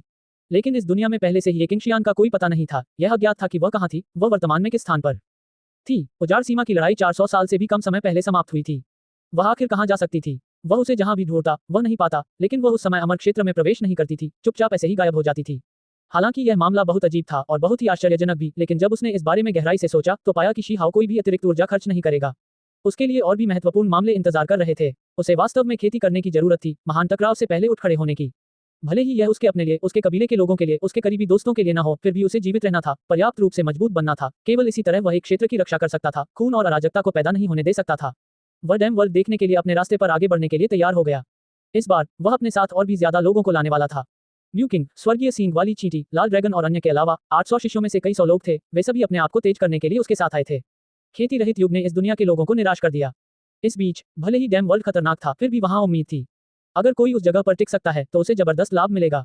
इस बार प्रतिबंधित क्षेत्र के स्वामी ने उन्हें 150 वर्ष का समय दे दिया, जिससे यह अवधि और बढ़ गई। म्यूकिंग, लाल ड्रैगन, स्वर्गीय सींग वाली चींटी और अन्य सभी लोग भावुक हो गए। 150 साल, उनकी वर्तमान साधना अवधि के साथ, ये पहले से ही 500 साल के प्रवेश द्वार को पार कर गया था। क्या वे कोई अवसर पा सकेंगे और परम सत्ता के दायरे में प्रवेश कर सकेंगे? वे आशान्वित थे, उनकी भावनाएं बढ़ती और घटती रहती थीं। हान, चमकदार चमक चमक रही थी, आकाश प्रतीकों से जगमगा रहा था। संरचना के नमूने कई 100 लोगों के चारों ओर लिपटे हुए थे, जो उन्हें एक बार फिर बांध की दुनिया में ले आए। इस बार शेहाओ विशेष रूप से सावधान था, यहाँ तक कि स्वर्गीय सींग वाली चींटी, म्यूकिंग और अन्य भी सावधान थे। ऐसा इसलिए था क्योंकि और भी लोग आ गए थे, इसलिए उन्हें उन पर नजर रखनी थी। आखिरकार ये शिष्य स्वयं जितने मजबूत नहीं थे, उन्हें शुरुआत में सुरक्षा की आवश्यकता थी। उनके लिए 150 साल बहुत लंबे थे। कुछ ऐसे भी थे जिनका स्वभाव बहुत मजबूत था, लेकिन अंत में वे टिक नहीं पाए और बिजली की खाई के पास मर गए। जब 10 से अधिक लोग मर गए, तो म्यूकिंग और अन्य लोगों ने उन्हें चेतावनी दी कि वे बहादुर बनने की कोशिश नहीं कर सकते, अपनी क्षमताओं के अनुसार कार्य नहीं कर सकते। यहाँ तक कि शेहाओ भी चिंतित था। यहाँ आकर उन्हें बता रहा था कि भविष्य में अभी भी कई अवसर हैं, सभी के पास अभी भी बढ़ने का समय है। यहाँ चिंतित नहीं होना चाहिए। चलने से पहले दौड़ने की कोशिश मत करो। साधना में स्वाभाविकता अत्यंत महत्वपूर्ण है, इसे जबरदस्ती करने की कोशिश मत करो। शेहाओ की आवाज गंभीर थी, कह रही थी कि कैसे एक सर्वोच्च प्राणी बनने के लिए उसने कई छिपे हुए खतरों का सामना किया। अगर उसने इसे दोबारा नहीं किया होता तो उसका महान दाव मार्ग वहीं टूट जाता। बहुत से लोग बिजली की खाई के किनारे पर बैठ गए और अब बहादुर बनने की कोशिश नहीं कर रहे थे। 150 साल जल्दी से बीत गए। शेहाओ को एहसास हुआ कि उसका संचय और भी गहरा हो गया है, लेकिन उसके दाव कौशल में सुधार नहीं हुआ, फिर भी वह अमरता तक पहुंचने में असमर्थ रहा। उसने हल्की सी आह भरी। अमरता का शिखर पाना कोई आसान काम नहीं था। भले ही वह नश्वर दाव के शिखर पर पहुंच गया था, फिर भी वह अतिरिक्त कदम नहीं उठा सका। क्या ये वास्तव में साधना के समय से संबंधित था? उसने भौहें सिकोड़ी। उसने पहले सुना था कि अमर उत्थान बहुत कठिन है, धीरे धीरे परिपक्व होने, धीरे धीरे समझने के लिए समय की आवश्यकता होती है। भले ही किसी के पास पर्याप्त दाव कौशल हो, एक निश्चित उम्र तक पहुंचने के बिना यह नहीं किया जा सकता। शायद ये भी एक प्रकार का तड़का है, जो पहले से ही बकाया है उसे पूर्ण करो, तभी कोई वास्तव में उच्च स्तर पर चढ़ सकता है। उसने खुद को सांत्वना दी। 150 साल बीत गए। शेहाओ म्यूकिंग और अन्य लोगों को लेने के लिए लाइटनिंग एबिस गया। सैकड़ों शिष्य बहुत उत्साहित थे। उनके दाव कौशल में सुधार हुआ। उनमें से कई का स्तर बढ़ गया। हालांकि प्रमुख व्यक्ति अभी भी हतोत्साहित थे और सर्वोच्च सत्ता के दायरे में प्रवेश करने में असमर्थ थे। अब ये सभी लोग 500 वर्ष से अधिक उम्र के थे, लेकिन वे अभी भी कोई आशा नहीं देख पा रहे थे, आत्मा मुक्ति क्षेत्र की बेड़ियां खोलने में असमर्थ थे। इसमें कोई संदेह नहीं कि स्वर्गीय सींग वाली चींटी, म्यूकिंग और अन्य सभी लंबे समय से आत्मा मुक्ति क्षेत्र के शिखर पर थे, बस एक बाल की दूरी पर, लेकिन वे इसे तोड़ नहीं सके। सम्राट तितली सोने की तरह चमकती हुई इधर उधर उड़ती थी। अपने पंखों के हल्के से फड़फड़ाने से आकाश और पृथ्वी ढह जाती, देवता और बुद्ध दोनों ही मर जाते, लेकिन वह सर्वोच्च स्तर तक नहीं पहुंच पाती। बिजली की आत्माओं को सबसे ज्यादा लाभ मिला। उनकी साधना का स्तर बहुत पहले ही बढ़ चुका था, उनके विकसित रूप अब और भी ज्यादा चौंकाने वाले थे। वे सच्चे ड्रैगन नहीं थे, लेकिन उनकी आभा कमजोर नहीं थी। ये तीनों प्राणी अब आधे इंसान के बराबर लंबे हो गए थे। उनकी चाल बिजली की तरह तेज थी, विनाशकारी शक्ति बहुत ज्यादा थी। यहाँ तक कि म्यूकिंग और दूसरे लोग भी एक ही समय में उन तीनों का सामना करने के लिए तैयार नहीं थे। दुर्भाग्यवश 3 बिजली आत्माएं भी सर्वोच्च प्राणी नहीं बन सकी। जब वे स्टोन विलेज लौटे तो उन्होंने पाया कि गांव के पीछे पहाड़ पर कुछ और कब्रें थीं। समय का प्रवाह परिवर्तनीय था। बूढ़ा कबीले का सरदार अभी भी जीवित था। अतीत से अमर रक्त में प्रबल जीवन सार ऊर्जा थी, जो उसकी जीवन शक्ति को काफी हद तक बढ़ा रही थी। अब भले ही वह बूढ़ा हो गया था, लेकिन उसकी आत्मा अभी भी स्वस्थ थी। हमारे आदमी बदल दो, शेहाओ ने कहा। पिछली बार वह सभी शिष्यों को अपने साथ नहीं लाया था क्योंकि शाही दरबार को उनकी जरूरत थी, इसलिए उसने उनमें से आधे को पीछे छोड़ दिया। इस बार वह उस समूह को अपने साथ लाने वाला था। आओ। कुछ देर आराम करने के बाद पूरे गांव में चीख पुकार मच गई, जिससे छोटे बच्चे डर गए। इतने सालों में स्टोन विलेज हमेशा शांत और शांत रहा था। ये दहाड़ बहुत चौंकाने वाली थी। पत्थर, ये वही पत्थर है, ये फिर से जीवित हो गया है। कुछ बच्चे चिल्ला रहे थे। ताबूत को खींच रहे 9 ड्रैगन के बगल में एक पत्थर लुढ़क रहा था और चीख रहा था। दिव्य प्रहारक पत्थर जाग उठा। पिलिपाला, ये टूटकर बिखर रहा था, अपना एक बड़ा हिस्सा खो रहा था। अंदर से चमक रहा था और पारदर्शी था, आदिम अराजकता ऊर्जा को मुक्त कर रहा था। असीम शक्ति की एक लहर बाहर की ओर बढ़ रही थी। शीहाओ ने तुरंत प्रतिक्रिया करते हुए अपना हाथ उठाया और उसे पकड़ लिया, फिर उसे अंतरिक्ष में फेंक दिया। क्योंकि इसकी आभा बहुत शक्तिशाली थी, इससे गांव वालों को नुकसान पहुंचता था। हान, बाह्य अंतरिक्ष में एक बड़ा तारा सीधे विस्फोटित हुआ, दिव्य प्रहारक पत्थर से टकराकर चकनाचूर हो गया और चमकदार लपटों में बदल गया तथा तारों भरे आकाश में नष्ट हो गया। आओ, कौन सा कमीना इस महान पर हमला कर रहा है? दिव्य प्रहारक पत्थर चिल्लाया। इसके तुरंत बाद शेहाओ बाहरी अंतरिक्ष में प्रकट हुआ, उसके किनारे खड़ा था। उसे आग की रोशनी और तारे के टुकड़ों से कोई डर नहीं था। उसने उसे एक ही झटके में पकड़ लिया। बेटे, तुम अभी किस साधना स्तर पर हो? दिव्य प्रहारक पत्थर अचंभित रह गया। जब वह जागा तो उसका पूरा शरीर आदिम अराजकता छोड़ रहा था, जो सबसे कीमती खजाने में बदलने वाला था, फिर भी वह शेहाओ को कुछ नहीं कर सका। मैंने बर्बाद अमर लोगों को भी मार डाला है, क्या तुम भी कोशिश करना चाहोगे? शीहाओ ने पूछा। दिव्य प्रहारक पत्थर ने तुरंत अपना आपा खो दिया। शुरू में वह घमंडी बनना चाहता था, थोड़ी देर के लिए शेहाओ से लड़ना चाहता था, लेकिन अब वह तुरंत ही उदासीन हो गया। जब वे सतह पर लौटे तो वह जल्दी से उन सभी चीजों से जुड़ गया जो इन वर्षों के दौरान हुई थी। वह तुरंत चिल्लाया, जोर से कहा कि वह उस डैम वर्ल्ड में जाना चाहता था। कृपया मुझे वहां ले चलो, मैं अमरता प्राप्त करना चाहता हूँ। इस बार म्यूकिंग, शिजोंग, लाल ड्रैगन और अन्य लोग नहीं गए। उन्हें लगा कि बिजली की खाई अब उनके लिए ज्यादा मायने नहीं रखती। चाहे वे वहां खुद को कैसे भी संयमित रखें, वे सर्वोच्च प्राणी क्षेत्र में प्रवेश नहीं कर सकते। अंत में शेहाओ अपने साथ स्वर्गीय सींग वाली चींटी को ले आया। वह फिर से कोशिश करना चाहता था, देखना चाहता था कि क्या कोई अवसर है। वह एक सर्वोच्च प्राणी बनना चाहता था, दूसरों को एक रास्ता बनाने में मदद करना चाहता था। बेशक दिव्य पत्थर को जाना ही था। इस बार ये 200 साल तक चला। स्वर्गीय सींग वाली चींटी अभी भी पहले की तरह थी, आगे नहीं बढ़ी, बल्कि बलपूर्वक वहीं रुक गई। इन 200 सालों के दौरान दिव्य प्रहारक पत्थर पागल हो गया। उसने शेहाओ से उसके लिए बिजली का एक पुल बनाने की विनती की।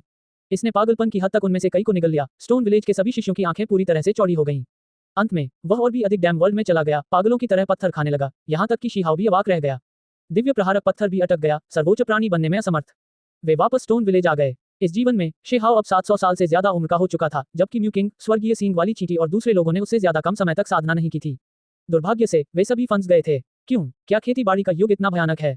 हम पहले ही एक अलग जगह पर चले गए हैं, लेकिन हम डैम वर्ल्ड में भी उम्मीद नहीं पा सके। किसी ने आह भरते हुए कहा। आगामी वर्षों में शीहाओ ने प्राचीन ग्रंथों पर शोध किया और इस स्थिति से निपटने के तरीके खोजने की कोशिश की। आखिरकार उसे कुछ सुराग मिल ही गए। पिछले महान युग की एक खंडहर हो चुकी जेड बुक में कुछ रिकॉर्डिंग्स बची हुई थी, जिनसे उसे अपने संदेह दूर करने में मदद मिली। खेती रहित युग का अवतरण, सबसे भयानक था स्वर्ग की इच्छा का ब्लेड जो शरीर को काटता था। यदि कोई फिर से दाव को प्राप्त करना चाहता है तो ये बेहद कठिन होगा। इस वास्तविकता को बदलना मुश्किल था, चाहे वे कहीं भी जाएं। इन लोगों के लिए, चाहे वे कहीं भी रहे हों, उन्होंने अभी भी खेती विहीन युग का अनुभव किया।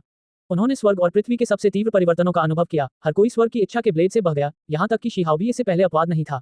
ये बात उनकी हड्डियों में अंकित हो गई। गांव के पीछे पहाड़ पर नई और पुरानी कब्रों के बीच और भी कई कब्रें थीं। इससे शीहाओ निराश और हताश हो गया। दाजुंग, एरमिंग और बाकी सभी बूढ़े हो गए, जबकि उनके कई माता पिता पहले ही इस दुनिया में नहीं रहे। जाने से पहले उन्होंने अमर रक्त औषधियां छोड़ दी, लेकिन किसी ने उनका उपयोग नहीं किया। मेरे पिताजी ने कहा कि इसे खाना बर्बाद करने के समान है, वे इसे भविष्य के लिए छोड़ देंगे, दूसरों के लिए जिन्हें इसकी जरूरत है। पेहो ने कहा। उस समय का सबसे शरारती और शैतान बच्चा अब अपनी उम्र के आखिरी पड़ाव पर था। पेहो, दाजुंग, खुजी, एरमिंग। शेहाओ ने उन्हें गले लगाया, उसकी आवाज थोड़ी कांप रही थी, भावनाओं से गुट रही थी। उसके बचपन के साथी अब बूढ़े हो चुके थे, उसे चिंता थी कि वह उन्हें फिर कभी नहीं देख पाएगा। शेहाओ ने जाने की हिम्मत नहीं की। जब वह एकांत में गया तो बहुत से लोग तुरंत इस दुनिया से चले गए, कई लोग हमेशा के लिए अलग हो गए, वह उन्हें फिर कभी नहीं देख सका। वह अपने इन साथियों की बहुत परवाह करता था, उसे डर था कि जब वह खेती करने जाएगा तो ये लोग भी कब्रों के नीचे सो रहे होंगे। शेहाओ के शरीर पर अभी भी अमर रक्त था, गांव में दिव्य औषधियां थीं, लेकिन अगर यह सब इस्तेमाल भी कर लिया जाए तो कितने लोगों को बचाया जा सकता है। इसके अलावा दाजुंग, एरमिंग और बाकी सभी ने जोर देकर कहा कि वे उन्हें नहीं खाएंगे। मेरे खून का क्या होगा? शेहाओ ने अपना सिर नीचे किया। उसने अभी भी अमरता हासिल नहीं की थी, ऐसा कोई तरीका नहीं था जिससे इसे अमर रक्त औषधि में परिष्कृत किया जा सके। हालांकि उन्होंने फिर भी अपने असली खून को परिष्कृत करने की कोशिश की। रुको, ये तुम्हारे अपने दाव कौशल को नुकसान पहुंचाएगा। अभी तुम्हें किसी भी चीज के बारे में नहीं सोचना चाहिए, बस जल्दी से नश्वर दाव के शिखर को तोड़ दो। अमरता प्राप्त करना सबसे महत्वपूर्ण है। दाजुंग ने उसकी बांह पकड़ ली। ठीक है, मुझे कोशिश करने दो। शीहाओ ने अपना सिर हिलाया। हालांकि उसके बचपन के साथी दौड़कर आए और उसे रोक लिया। हर कोई एक दिन मरता है, आप हमें कब तक यहाँ रख सकते हैं? एक युग, 2 युग, अंत में हम फिर भी अलग हो जाएंगे। हम अपने घर में स्वाभाविक रूप से मर सकते हैं, खुजी ने कहा। शीहाओ निराश और हताश था, उसका दिल बेहद कड़वा था। वह सही तौर पर तो सहमत था, लेकिन फिर भी उसने गुप्त रूप से कार्रवाई की, अपने स्वयं के सार रक्त को परिष्कृत किया तथा रात में उनके शरीर को शुद्ध करने में उनकी मदद की। इसके बाद के समय में शेहाओ ने पश्चिमी मकबरे में अमर शव को परिष्कृत किया, रक्त औषधि के कई बर्तन प्राप्त किए और फिर वह लोगों को उच्च क्षेत्र में ले गया। कई सौ शताब्दियों के बाद शाही दरबार अब राजसी हो गया था और एक विशाल शक्ति बन गया था। म्यू किंग, शिजोंग, जूलिन और अन्य लोगों ने अच्छा काम किया, अंधेरे के जीवों को प्रबुद्ध किया। अब 9 स्वर्गों और 10 पृथ्वियों पर युद्ध बंद हो गए थे, अंधेरे क्षेत्रों में खूनी लड़ाई समाप्त हो गई थी। विभिन्न उत्तराधिकारियों ने इच्छा शक्ति के लाभ देखे तथा सभी ने मंदिर बनाए। हालांकि इस प्रकार की इच्छा शक्ति शेहाओ की सृजन प्रक्रिया से संबंधित थी, जो शाही दरबार से संबंधित थी। दुनिया अब शांत थी, शाही दरबार के मंदिर विभिन्न स्थानों पर बनाए गए थे, सबसे शक्तिशाली इच्छा शक्ति वहां एकत्रित हो रही थी। कुछ अजीब है, शेहाओ ने खुद से कहा। वह महसूस कर सकता था कि उच्च क्षेत्रों में पहुंचने के बाद इंपीरियल कोर्ट द्वारा बनाई गई विभिन्न दिव्य मूर्तियों ने जबरदस्त इच्छा शक्ति जमा कर ली थी, जो उसकी ओर बढ़ रही थी। ये सैकड़ों वर्षों का संचय था, जो अब एक महत्वपूर्ण बिंदु पर पहुंच गया था। इसने तुरंत उसे घेर लिया। यह एक रास्ता है, इच्छा शक्ति के माध्यम से अमरता प्राप्त करना। शेहाओ ने भौहें सिकोड़ी। हालांकि यह उस रास्ते से मेल नहीं खाता था जिस पर वह वर्तमान में चल रहा था। फिर भी इससे उसे जबरदस्त ज्ञान मिला। शायद यह म्यू किंग, क्रिम्सन ड्रैगन और अन्य लोगों के लिए अन्य रास्ते स्थापित कर सकता है। शाही दरबार और भी समृद्ध होता गया, सचमुच एक भव्य पैमाने पर पहुंच गया। ऐसा नहीं लगता था कि वे खेती रहित युग में थे, बल्कि ऐसा लग रहा था मानो वे स्वर्ण युग में थे। मिल गया, वह विशालकाय कछुआ दिखाई दिया। उस दिन जूलिन खुशी से चिल्लाया और शीहाओ को खबर दी। इन वर्षों के दौरान शेहाओ ने उन्हें एक मिशन दिया, जो कि सुप्रीम हॉल को खोजना और क्यूई दाओलिन को खोजना था। उन्होंने एक विशालकाय कछुए द्वारा उठाए गए सर्वोच्च हॉल को पाया। ये 3000 प्रांतों के किनारे पर दिखाई दिया, महान पृथ्वी को चीरता हुआ, धुआं और धूल उड़ती हुई। शीहाओ स्वयं वहां पहुंचे और उस विशालकाय कछुए को पकड़ लिया। सामान्य लोगों के पास इसे पकड़ने का कोई तरीका नहीं था। यह विशालकाय कछुआ बहुत बड़ा था, इसमें अकल्पनीय ताकत थी। यह कोई वास्तविक जीवित प्राणी नहीं है, इसके शरीर को कठपुतली में बदल दिया गया है, इसकी आदिम आत्मा में थोड़ी आत्म जागरूकता बनी हुई है। ये बस एक हथियार है। शेहाओ ने इसकी असली प्रकृति को देखा। जब वह छोटा था तो उसने इस विशालकाय कछुए को पहले भी देखा था, स्टोन विलेज के पास ही। इससे पहले उसने अपना बड़ा पंजा फैलाकर आसमान और धरती को कवर किया था। अब उसने उसे फिर से देखा, 800 साल ऐसे ही बीत गए।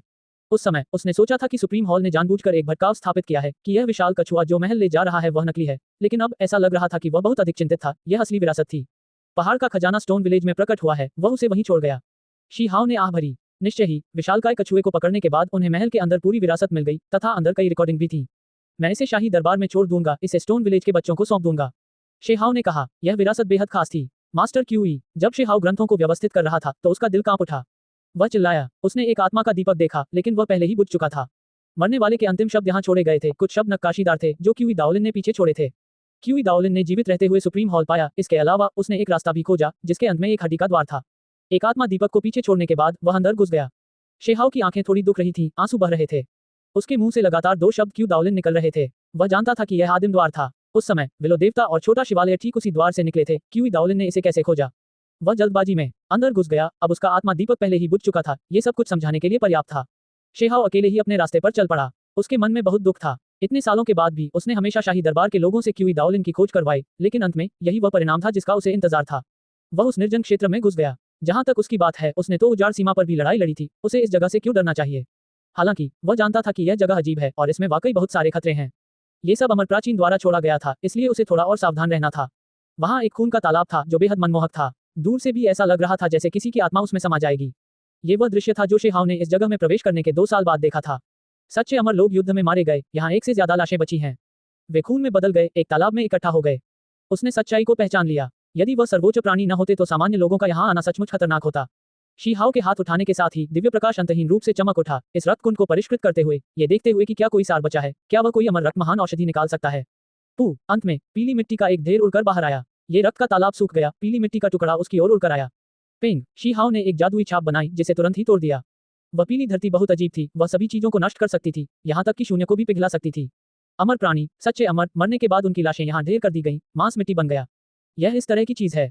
शेहाव समझ गया, रक्तकुंड में कोई सार नहीं था, बल्कि यह इस प्रकार की भयावह वस्तु को पोषित करता था। मिट्टी का ये टुकड़ा बहुत भयानक था। अगर शेहाव इतना मजबूत न होता तो वह वाकई इससे घायल हो जाता। अंत में उसने लगातार कार्रवाई की, इसे सील कर दिया। यह एक घिनौनी वस्तु थी, लेकिन ये खजाने को परिष्कृत करने के लिए एक दुर्लभ सामग्री भी थी। 3 साल बाद शेहाव ने लगातार असीम निर्जन क्षेत्र में खोज की और एक भयंकर युद्ध का सामना किया। वे वीर आत्माएं थीं जो एक प्राचीन गुफा में फंसी हुई थीं। वहां चमकती हुई चरम संरचनाएं थीं, उनके भीतर अतीत के अमर प्राणी थे, सच्चे अमर लोगों की बर्बाद आत्माएं जो आध्यात्मिक शरीर में बदल गईं, उनकी ताकत बेहद भयानक थी। यद्यपि उनमें अपनी पिछली चरम शक्ति नहीं थी, फिर भी वे नष्ट हो चुके अमर प्राणियों से अधिक कमजोर नहीं थे। शेहाव ने वीर आत्माओं के इस घोंसले की खोज की, कुछ अमर प्राणियों से बने थे, कुछ सच्चे अमर लोगों की बर्बाद आत्माओं से बने थे, जो स्वाभाविक रूप से खतरों का सामना कर रहे थे। 1 साल से अधिक समय तक संघर्ष करने के बाद ही उसने उन सभी को बड़ी मुश्किल से मार डाला। एक अमर राजा के आंसू। 5 साल बाद जब शेहाव निर्जन क्षेत्र में अपनी यात्रा समाप्त करने वाला था, तो उसने चमचमाते तरल पदार्थ की एक बूंद इकट्ठी की। यह आभा अत्यंत भयावह थी, जिसे स्वयं मुक्ति क्षेत्र के साधक परिष्कृत कर सकते थे। ध्यान से अध्ययन करने के बाद उसे कुछ आध्यात्मिक निशान मिले। यह एक अमर राजा का आंसू था, नश्वर दाव के प्राणियों के लिए यह एक घातक खतरा था। उस दिन शेहाव ने एक दयनीय चीख सुनी। जब उसने अपना हाथ उठाया तो उसने देखा कि एक धूमकेतु जैसी चमक आसमान से गुजर रही है, 9 स्वर्गों और 10 पृथ्वियों को पार कर रही है। ये बहुत ही चमकदार था। एक बर्बाद अमर। वह चौंक गया, उसकी पुतलियां तुरंत सिकुड़ गईं और उसका पीछा करने लगीं। फिर उसने देखा कि एक कानूनी ब्लेड ने उस बर्बाद अमर को चीर दिया, उसे 2 टुकड़ों में काट दिया। वह विशाल पृथ्वी पर गिर गया, स्पष्ट रूप से जीवित रहने में असमर्थ। तुम्हारा पीछा कौन कर रहा है? शीहाव ने पूछा। ये बहुत अजीब था। इतने सालों के बाद वह हमेशा बाकी 3 बर्बाद अमरों की तलाश में था, लेकिन अंत में उसे कोई नतीजा नहीं मिला। उसने कभी नहीं सोचा था कि आज दुनिया भर में एक दिव्य प्रकाश उड़ेगा, एक बर्बाद अमर गिरेगा। बहुत बढ़िया समझौता। महान टकराव शुरू हो रहा है। वह बर्बाद अमर चिल्लाया, उसकी आंखें भय से भरी हुई थीं। अध्याय 1881 आजीवन दाव साथी। बर्बाद अमर को 2 हिस्सों में काट दिया गया था, उसके चेहरे पर खौफ छा गया था। उसकी आंखों में भाव धीरे धीरे फीके पड़ गए, जाहिर है कि वह अब और नहीं टिक सकता था।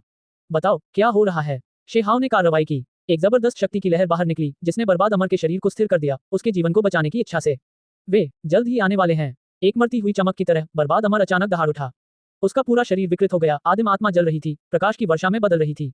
शेहाव चौंक गया, पीछे हट गया। ऐसा लगा मानो कोई तारकीय रेत का विस्तार था जो उस कानून के ब्लेड के चारों ओर लिपटा हुआ आगे बढ़ गया और फिर तेजी से दूर चला गया। कानून की तलवार ने इस बर्बाद अमर को काट डाला। उसकी आदिम आत्मा प्रकाश की वर्षा में बदल गई, उस दिव्य ब्लेड के साथ मिलकर गायब हो गई। वे वापसी के रास्ते पर हैं, जो निशान उन्होंने पीछे छोड़े थे वे फिर से जीवित हो गए हैं, इस दुनिया की स्थिति को समझने की इच्छा रखते हैं। प्रकाश की वर्षा में बर्बाद अमर की अंतिम दयनीय चीखें सुनाई दी। शेहाव समझ गया, कुछ ऐसे जीव थे जो पहले से ही इस क्षेत्र के मामलों में हस्तक्षेप कर सकते थे, कार्रवाई कर सकते थे, यहाँ की स्थिति को समझने की कोशिश कर सकते थे। हालांकि उन्हें अभी भी इस जगह से काफी दूर होना चाहिए, अन्यथा उनके असली शरीर प्रत्यक्षतः प्रकट हो जाते। एक बर्बाद अमर गिर गया, बस ऐसे ही मर गया। शेहाव का शरीर तेज और हल्का था, शून्य में आगे बढ़ रहा था। एक ही छलांग में उसने कई हजार ली की दूरी तय की। वह उसका पीछा करता रहा, ये देखने की इच्छा रखते हुए कि वह कानून का ब्लेड कहाँ वापस आता है। यह एक विशाल पर्वत था जो स्याही की तरह काला था, ऊपर आकाश के गुंबद में दिखाई दे रहा था। ऐसा लग रहा था जैसे स्वर्ग तक पहुंचने वाली तलवार वहां डाल दी गई हो। अतीत में ये पहले कभी नहीं दिखाई दिया था। ये पर्वत कुछ ऐसा था जो हाल ही में बना, स्पष्ट रूप से अमर मकबरे और मूल प्राचीन खदान की तरह एक और रास्ता। कानून की तलवार भी प्रकाश की वर्षा में बदल गई और काले पहाड़ में प्रवेश कर गई और बिना किसी निशान के गायब हो गई। शेहाव की आंखें सिकुड़ गईं। उसे यह जगह याद आ गई। भविष्य में ये निश्चित रूप से एक भयानक युद्ध क्षेत्र होगा, एक ऐसी जगह जहां खून की नदियां बहेंगी। वह मन ही मन सोचने लगा, इन प्राणियों को वास्तव में वापस आने में, इस क्षेत्र में कदम रखने में कितना समय लगेगा। शेहाव को दबाव का एहसास लगातार बढ़ता जा रहा था, लेकिन समय ने उसका इंतजार नहीं किया। अब उसकी साधना 800 साल तक पहुंच चुकी थी, फिर भी अमरता प्राप्त करना वाकई कठिन था। भविष्य में उसे कैसे लड़ना चाहिए था। शेहाव ने निर्जन क्षेत्र में अपनी यात्रा समाप्त की और निचले क्षेत्रों में वापस आ गया। वह प्रतिबंधित क्षेत्र के स्वामी से मिलने गया और उससे सलाह ली कि वह दिन कब आएगा। आप बहुत ज्यादा चिंता कर रहे हैं। उनकी वापसी उतार चढ़ाव से भरी होगी, कम से कम उन्हें एक दूसरे से सावधान रहने की जरूरत है, इसलिए इसमें कम से कम 1 लाख साल और लगेंगे, शायद उससे भी ज्यादा। जब उसने सुना कि प्रतिबंधित क्षेत्र के स्वामी ने क्या कहा तो शेहाव दंग रह गया। ये वास्तव में बहुत दूर था, उसके पास वास्तव में समय था। वे जीव आपसे बहुत दूर हैं, कम से कम 1 या 2 महान युगों की दूरी पर। रहस्यमय भूमि तक पहुंचने के लिए उन्हें बहुत लंबे समय की आवश्यकता होती है। एक या दो महान युगों से अलग। शी हाओ बहुत हिल गया। सम्राट पतन के युग से राक्षस भी हो सकते हैं, वे और भी दूर होंगे। प्रतिबंधित क्षेत्र के स्वामी की आवाज बेहद भारी थी, यहाँ तक कि जब उस युग का उल्लेख किया गया तो वह गंभीर हो गया। सम्राट पतन का युग, क्या उस समय के प्राणी अभी भी जीवित हैं? शेहाओ की भौहें गहरी सिकुड़ गईं। ये जानकारी वाकई भयावह थी। यह कोई सामान्य युग नहीं था, सिर्फ दो शब्द सम्राट पतन से ही अंतहीन जुड़ाव पैदा हो जाते थे। नश्वर संसार के साथ अपने मामले सुलझाओ और फिर वापस आओ। जाओ, प्रतिबंधित क्षेत्र के स्वामी ने कहा। शेहाओ ने हल्की सी आह भरी। एक दिन उसे सचमुच उस रास्ते पर कदम रखना होगा जहां से वापसी नहीं होगी। उस समय वह हमेशा के लिए सभी से अलग हो जाएगा। बेहतर होगा कि वह अपने पीछे कोई पछतावा न छोड़े। उन्होंने 800 वर्ष तक साधना की। अब जब उन्होंने नश्वर संसार के कार्यों पर दृष्टि डाली तो वे मौन हो गए। उसे बचपन की याद आ गई, जब सिन प्रांत में शहतूत के पेड़ खिलते थे। लाल कपड़े पहने वह युवती उन पेड़ों के नीचे खिली हुई लाल फूलों की पंखुड़ियों के साथ खिली हुई मुस्कुरा रही थी। वह अभी भी धीरे से अपना हाथ हिला रही थी। शेहाओ की नाक खट्टी हो गई। वह निराश और हताश महसूस करने लगा। इतने साल बीत गए, लेकिन वह अभी भी उसके बारे में नहीं भूला था। उसके बारे में न सोचने का एकमात्र कारण यह था कि वह हमेशा अपनी साधना में डूबा रहता था। अग्नि शहतूत के पेड़ के फूल खिल गए, हर एक फूल चमक रहा था और पारदर्शी था। वह युवती अकेली प्रतीक्षा कर रही थी, उसके लौटने का इंतजार कर रही थी। हालांकि अंत में वह फिर भी नहीं आया। अचानक एक विशाल आकाश को ढकने वाला पंजा उजाड़ सीमा के सम्राट शहर से होकर गुजरा और पूरे सिन प्रांत को अपने कब्जे में ले लिया। उस अंतिम युद्ध के दौरान शेहाओ ने व्यक्तिगत रूप से देखा। उसने स्पष्ट रूप से उस लाल रंग के कपड़े पहने युवती को देखा जो बर्बाद हो चुके अग्नि शहतूत के पेड़ों के बाहर खड़ी थी। उसके चेहरे पर आंसू थे, वह असहाय होकर उसे देख रही थी। महान मुकाबला। मैं वास्तव में मजबूत बनना चाहता हूँ, नरसंहार करके दूसरी तरफ जाना चाहता हूँ, अनलान, शुत्व और अन्य को खत्म करना चाहता हूँ, उसे वापस लाना चाहता हूँ। शेहाओ ने अपनी मुठ्ठियां भींच लीं और धीमी आवाज में दहाड़ने लगा। इसे भूलना मुश्किल था, मानो ये कल की ही बात हो। अगर वह इसके बारे में नहीं सोचता, बस अपने दिन साधना में बिताता, तो बस यही होता। हालांकि जब वह इसके बारे में सोचता तो उसका दिल खाली महसूस करता। कड़वाहट को बयान करना मुश्किल था। एक विस्फोट की आवाज आई, शून्य टूट गया। शेहाओ ने आह भरी। वह क्या बदल सकता था? अमरता प्राप्त करने के लिए उसे कितने साल चाहिए थे? उस समय अतीत की युवती बहुत पहले ही बूढ़ी हो चुकी होगी। यह इस हद तक था कि यह कहना मुश्किल था कि वह अब इस दुनिया में जीवित भी है या नहीं। पहले तो वह इन यादों को मिटा देना चाहता था, पर अब लगता था कि सब कुछ व्यर्थ है। बहुत से लोग और मामले ऐसे थे जिन्हें सिर्फ भूल जाने से भुलाया नहीं जा सकता था। तुम्हारी रक्षा न कर पाना इस जीवन में मेरा सबसे बड़ा अफसोस है। शेहाओ ने शून्य में देखा। अंत में उसने यही सोचा। ऐसा इसलिए था क्योंकि अगर यह जारी रहा, अगर वह इसके बारे में सोचता रहा, तो ये केवल और अधिक पछतावा और कड़वाहट लाएगा। वह वास्तव में अपनी यादों के उस दौर को अस्थायी रूप से दफनाना चाहता था। हर किसी का एक ऐसा समय होता है जब वह जवान होता है। वह ईमानदारी के उस हिस्से को दफनाना चाहता था। ऐसा इसलिए था क्योंकि अगर वह इसके बारे में सोचता रहा, तो उसने वास्तव में युनशी के साथ अच्छा व्यवहार नहीं किया। उसने इन सभी वर्षों में हमेशा अपना समय साधना में बिताया। वह शायद ही कभी स्टोन विलेज वापस गया क्योंकि उसके मन में अभी भी फायर शहतूत के पेड़ों के नीचे उस युवती के बारे में विचार थे, इसलिए वह शांति से युनशी का सामना नहीं कर सकता था। शेहाओ स्टोन विलेज में वापस आ गया। उसने युनशी का हाथ पकड़ा, उसकी तरफ देखा। इतने साल बीत जाने के बाद भी उसका सुंदर व्यवहार कभी नहीं बदला। उसके बैंगनी बाल चमक रहे थे, आंखें साफ थीं, स्टाइल असाधारण था। युनशी को थोड़ी उलझन महसूस हुई। उसने अपना सिर उठाकर उसकी ओर देखा। इन वर्षों में जो कुछ भी हुआ उसके लिए मैं क्षमा चाहता हूँ, शेहाओ ने कहा। उसकी आवाज बहुत नर्म थी, लेकिन साथ ही बहुत गंभीर भी।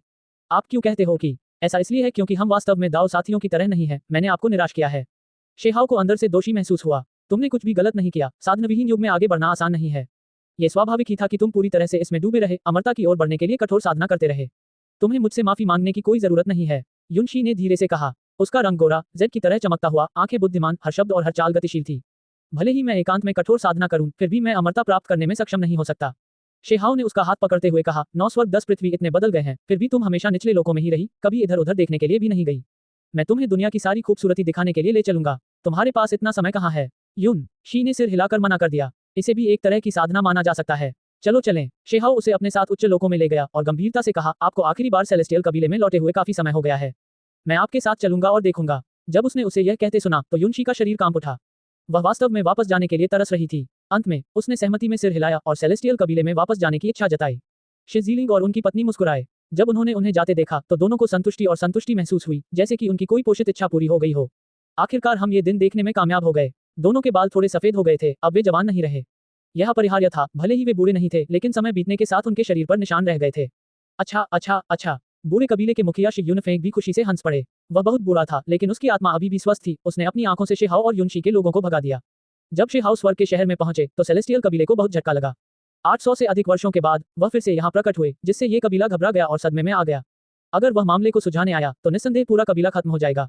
पूरा सेलेस्टियल कबीला बेहद डरा हुआ था, वाकई चिंतित था। उन पिछले मामलों में सीधे तौर पर शामिल कुछ लोगों के चेहरे सफेद हो गए। मेरा बदला लेने का कोई इरादा नहीं है। अतीत की बातें, चलो उन्हें हवा की तरह गुजर जाने दें, शेहाओ ने शांति से कहा। जब सेलेस्टियल कबीले के कुछ विशेषज्ञों ने यह सुना तो वे बस खुश होने ही वाले थे। उनकी तनावपूर्ण नसें आखिरकार शांत हो गईं। यह विशेष रूप से तब हुआ जब उन्होंने देखा कि युनशी कुछ समझ रही है और भी अधिक शांत हो रही है। युनशी को अपने घर की याद आती है, इसलिए मैं उसे वापस ले आया ताकि वह उसे देख सके, शेहाओ ने कहा। अच्छा, हमें भी उसकी याद आती है। हम हमेशा उसे वापस आते देखना चाहते थे। एक बूढ़ी आवाज ने कांपते हुए कहा। उनका अभिवादन करते समय वह भावुक हो गई। क्या पुराना आकाशीय प्राणी अभी भी यहाँ है? शेहाव ने पूछा। खेती बाड़ी के युग के उतरने के बाद उसे लगा कि उस बूढ़े व्यक्ति के लिए जीवित रहना मुश्किल होगा। जब उन्होंने ये सुना तो सेलेस्टियल कबीले के कई लोगों ने चिंता और लाचारी प्रकट की। उन्होंने उसे बताया कि बूढ़े सेलेस्टियल के पास ज्यादा समय नहीं बचा है, वह पहले ही मुरझाने वाला है। शेहाव और युनशी एक यात्रा पर गए। उन्होंने देखा कि एक चमड़ी और हड्डियों वाला बुजुर्ग, जिसकी आंखों की कोठरियां धंसी हुई थीं और आंखें भावहीन थीं। मुझे कई सौ साल पहले ही मर जाना चाहिए था, लेकिन मैंने हमेशा हिम्मत नहीं हारी, क्योंकि मेरे अंदर एक बची हुई इच्छा शक्ति थी। मैं सेलेस्टियल कबीले को छोड़ने में सहज महसूस नहीं कर सकता था। अब जब मैंने तुम्हें वापस आते देखा है तो पहले से ही पुरानी शिकायतों को भूलकर मैं बिना किसी चिंता के आगे बढ़ सकता हूँ। बूढ़े सेलेस्टियल ने मुस्कुराते हुए कहा। इसके अलावा कुछ ही समय बाद उसके जीवन की ऊर्जा समाप्त हो गई, वह मुरझा गया और चल बसा। सभी दिव्य कबीले रोए। शेहाव अवाक रह गया। यह आदमी वास्तव में जानता था कि कैसे टिके रहना है। जब तक वह नहीं आया तब तक वह इंतजार करता रहा और उसके बाद ही उसने अपनी अंतिम सांस ली।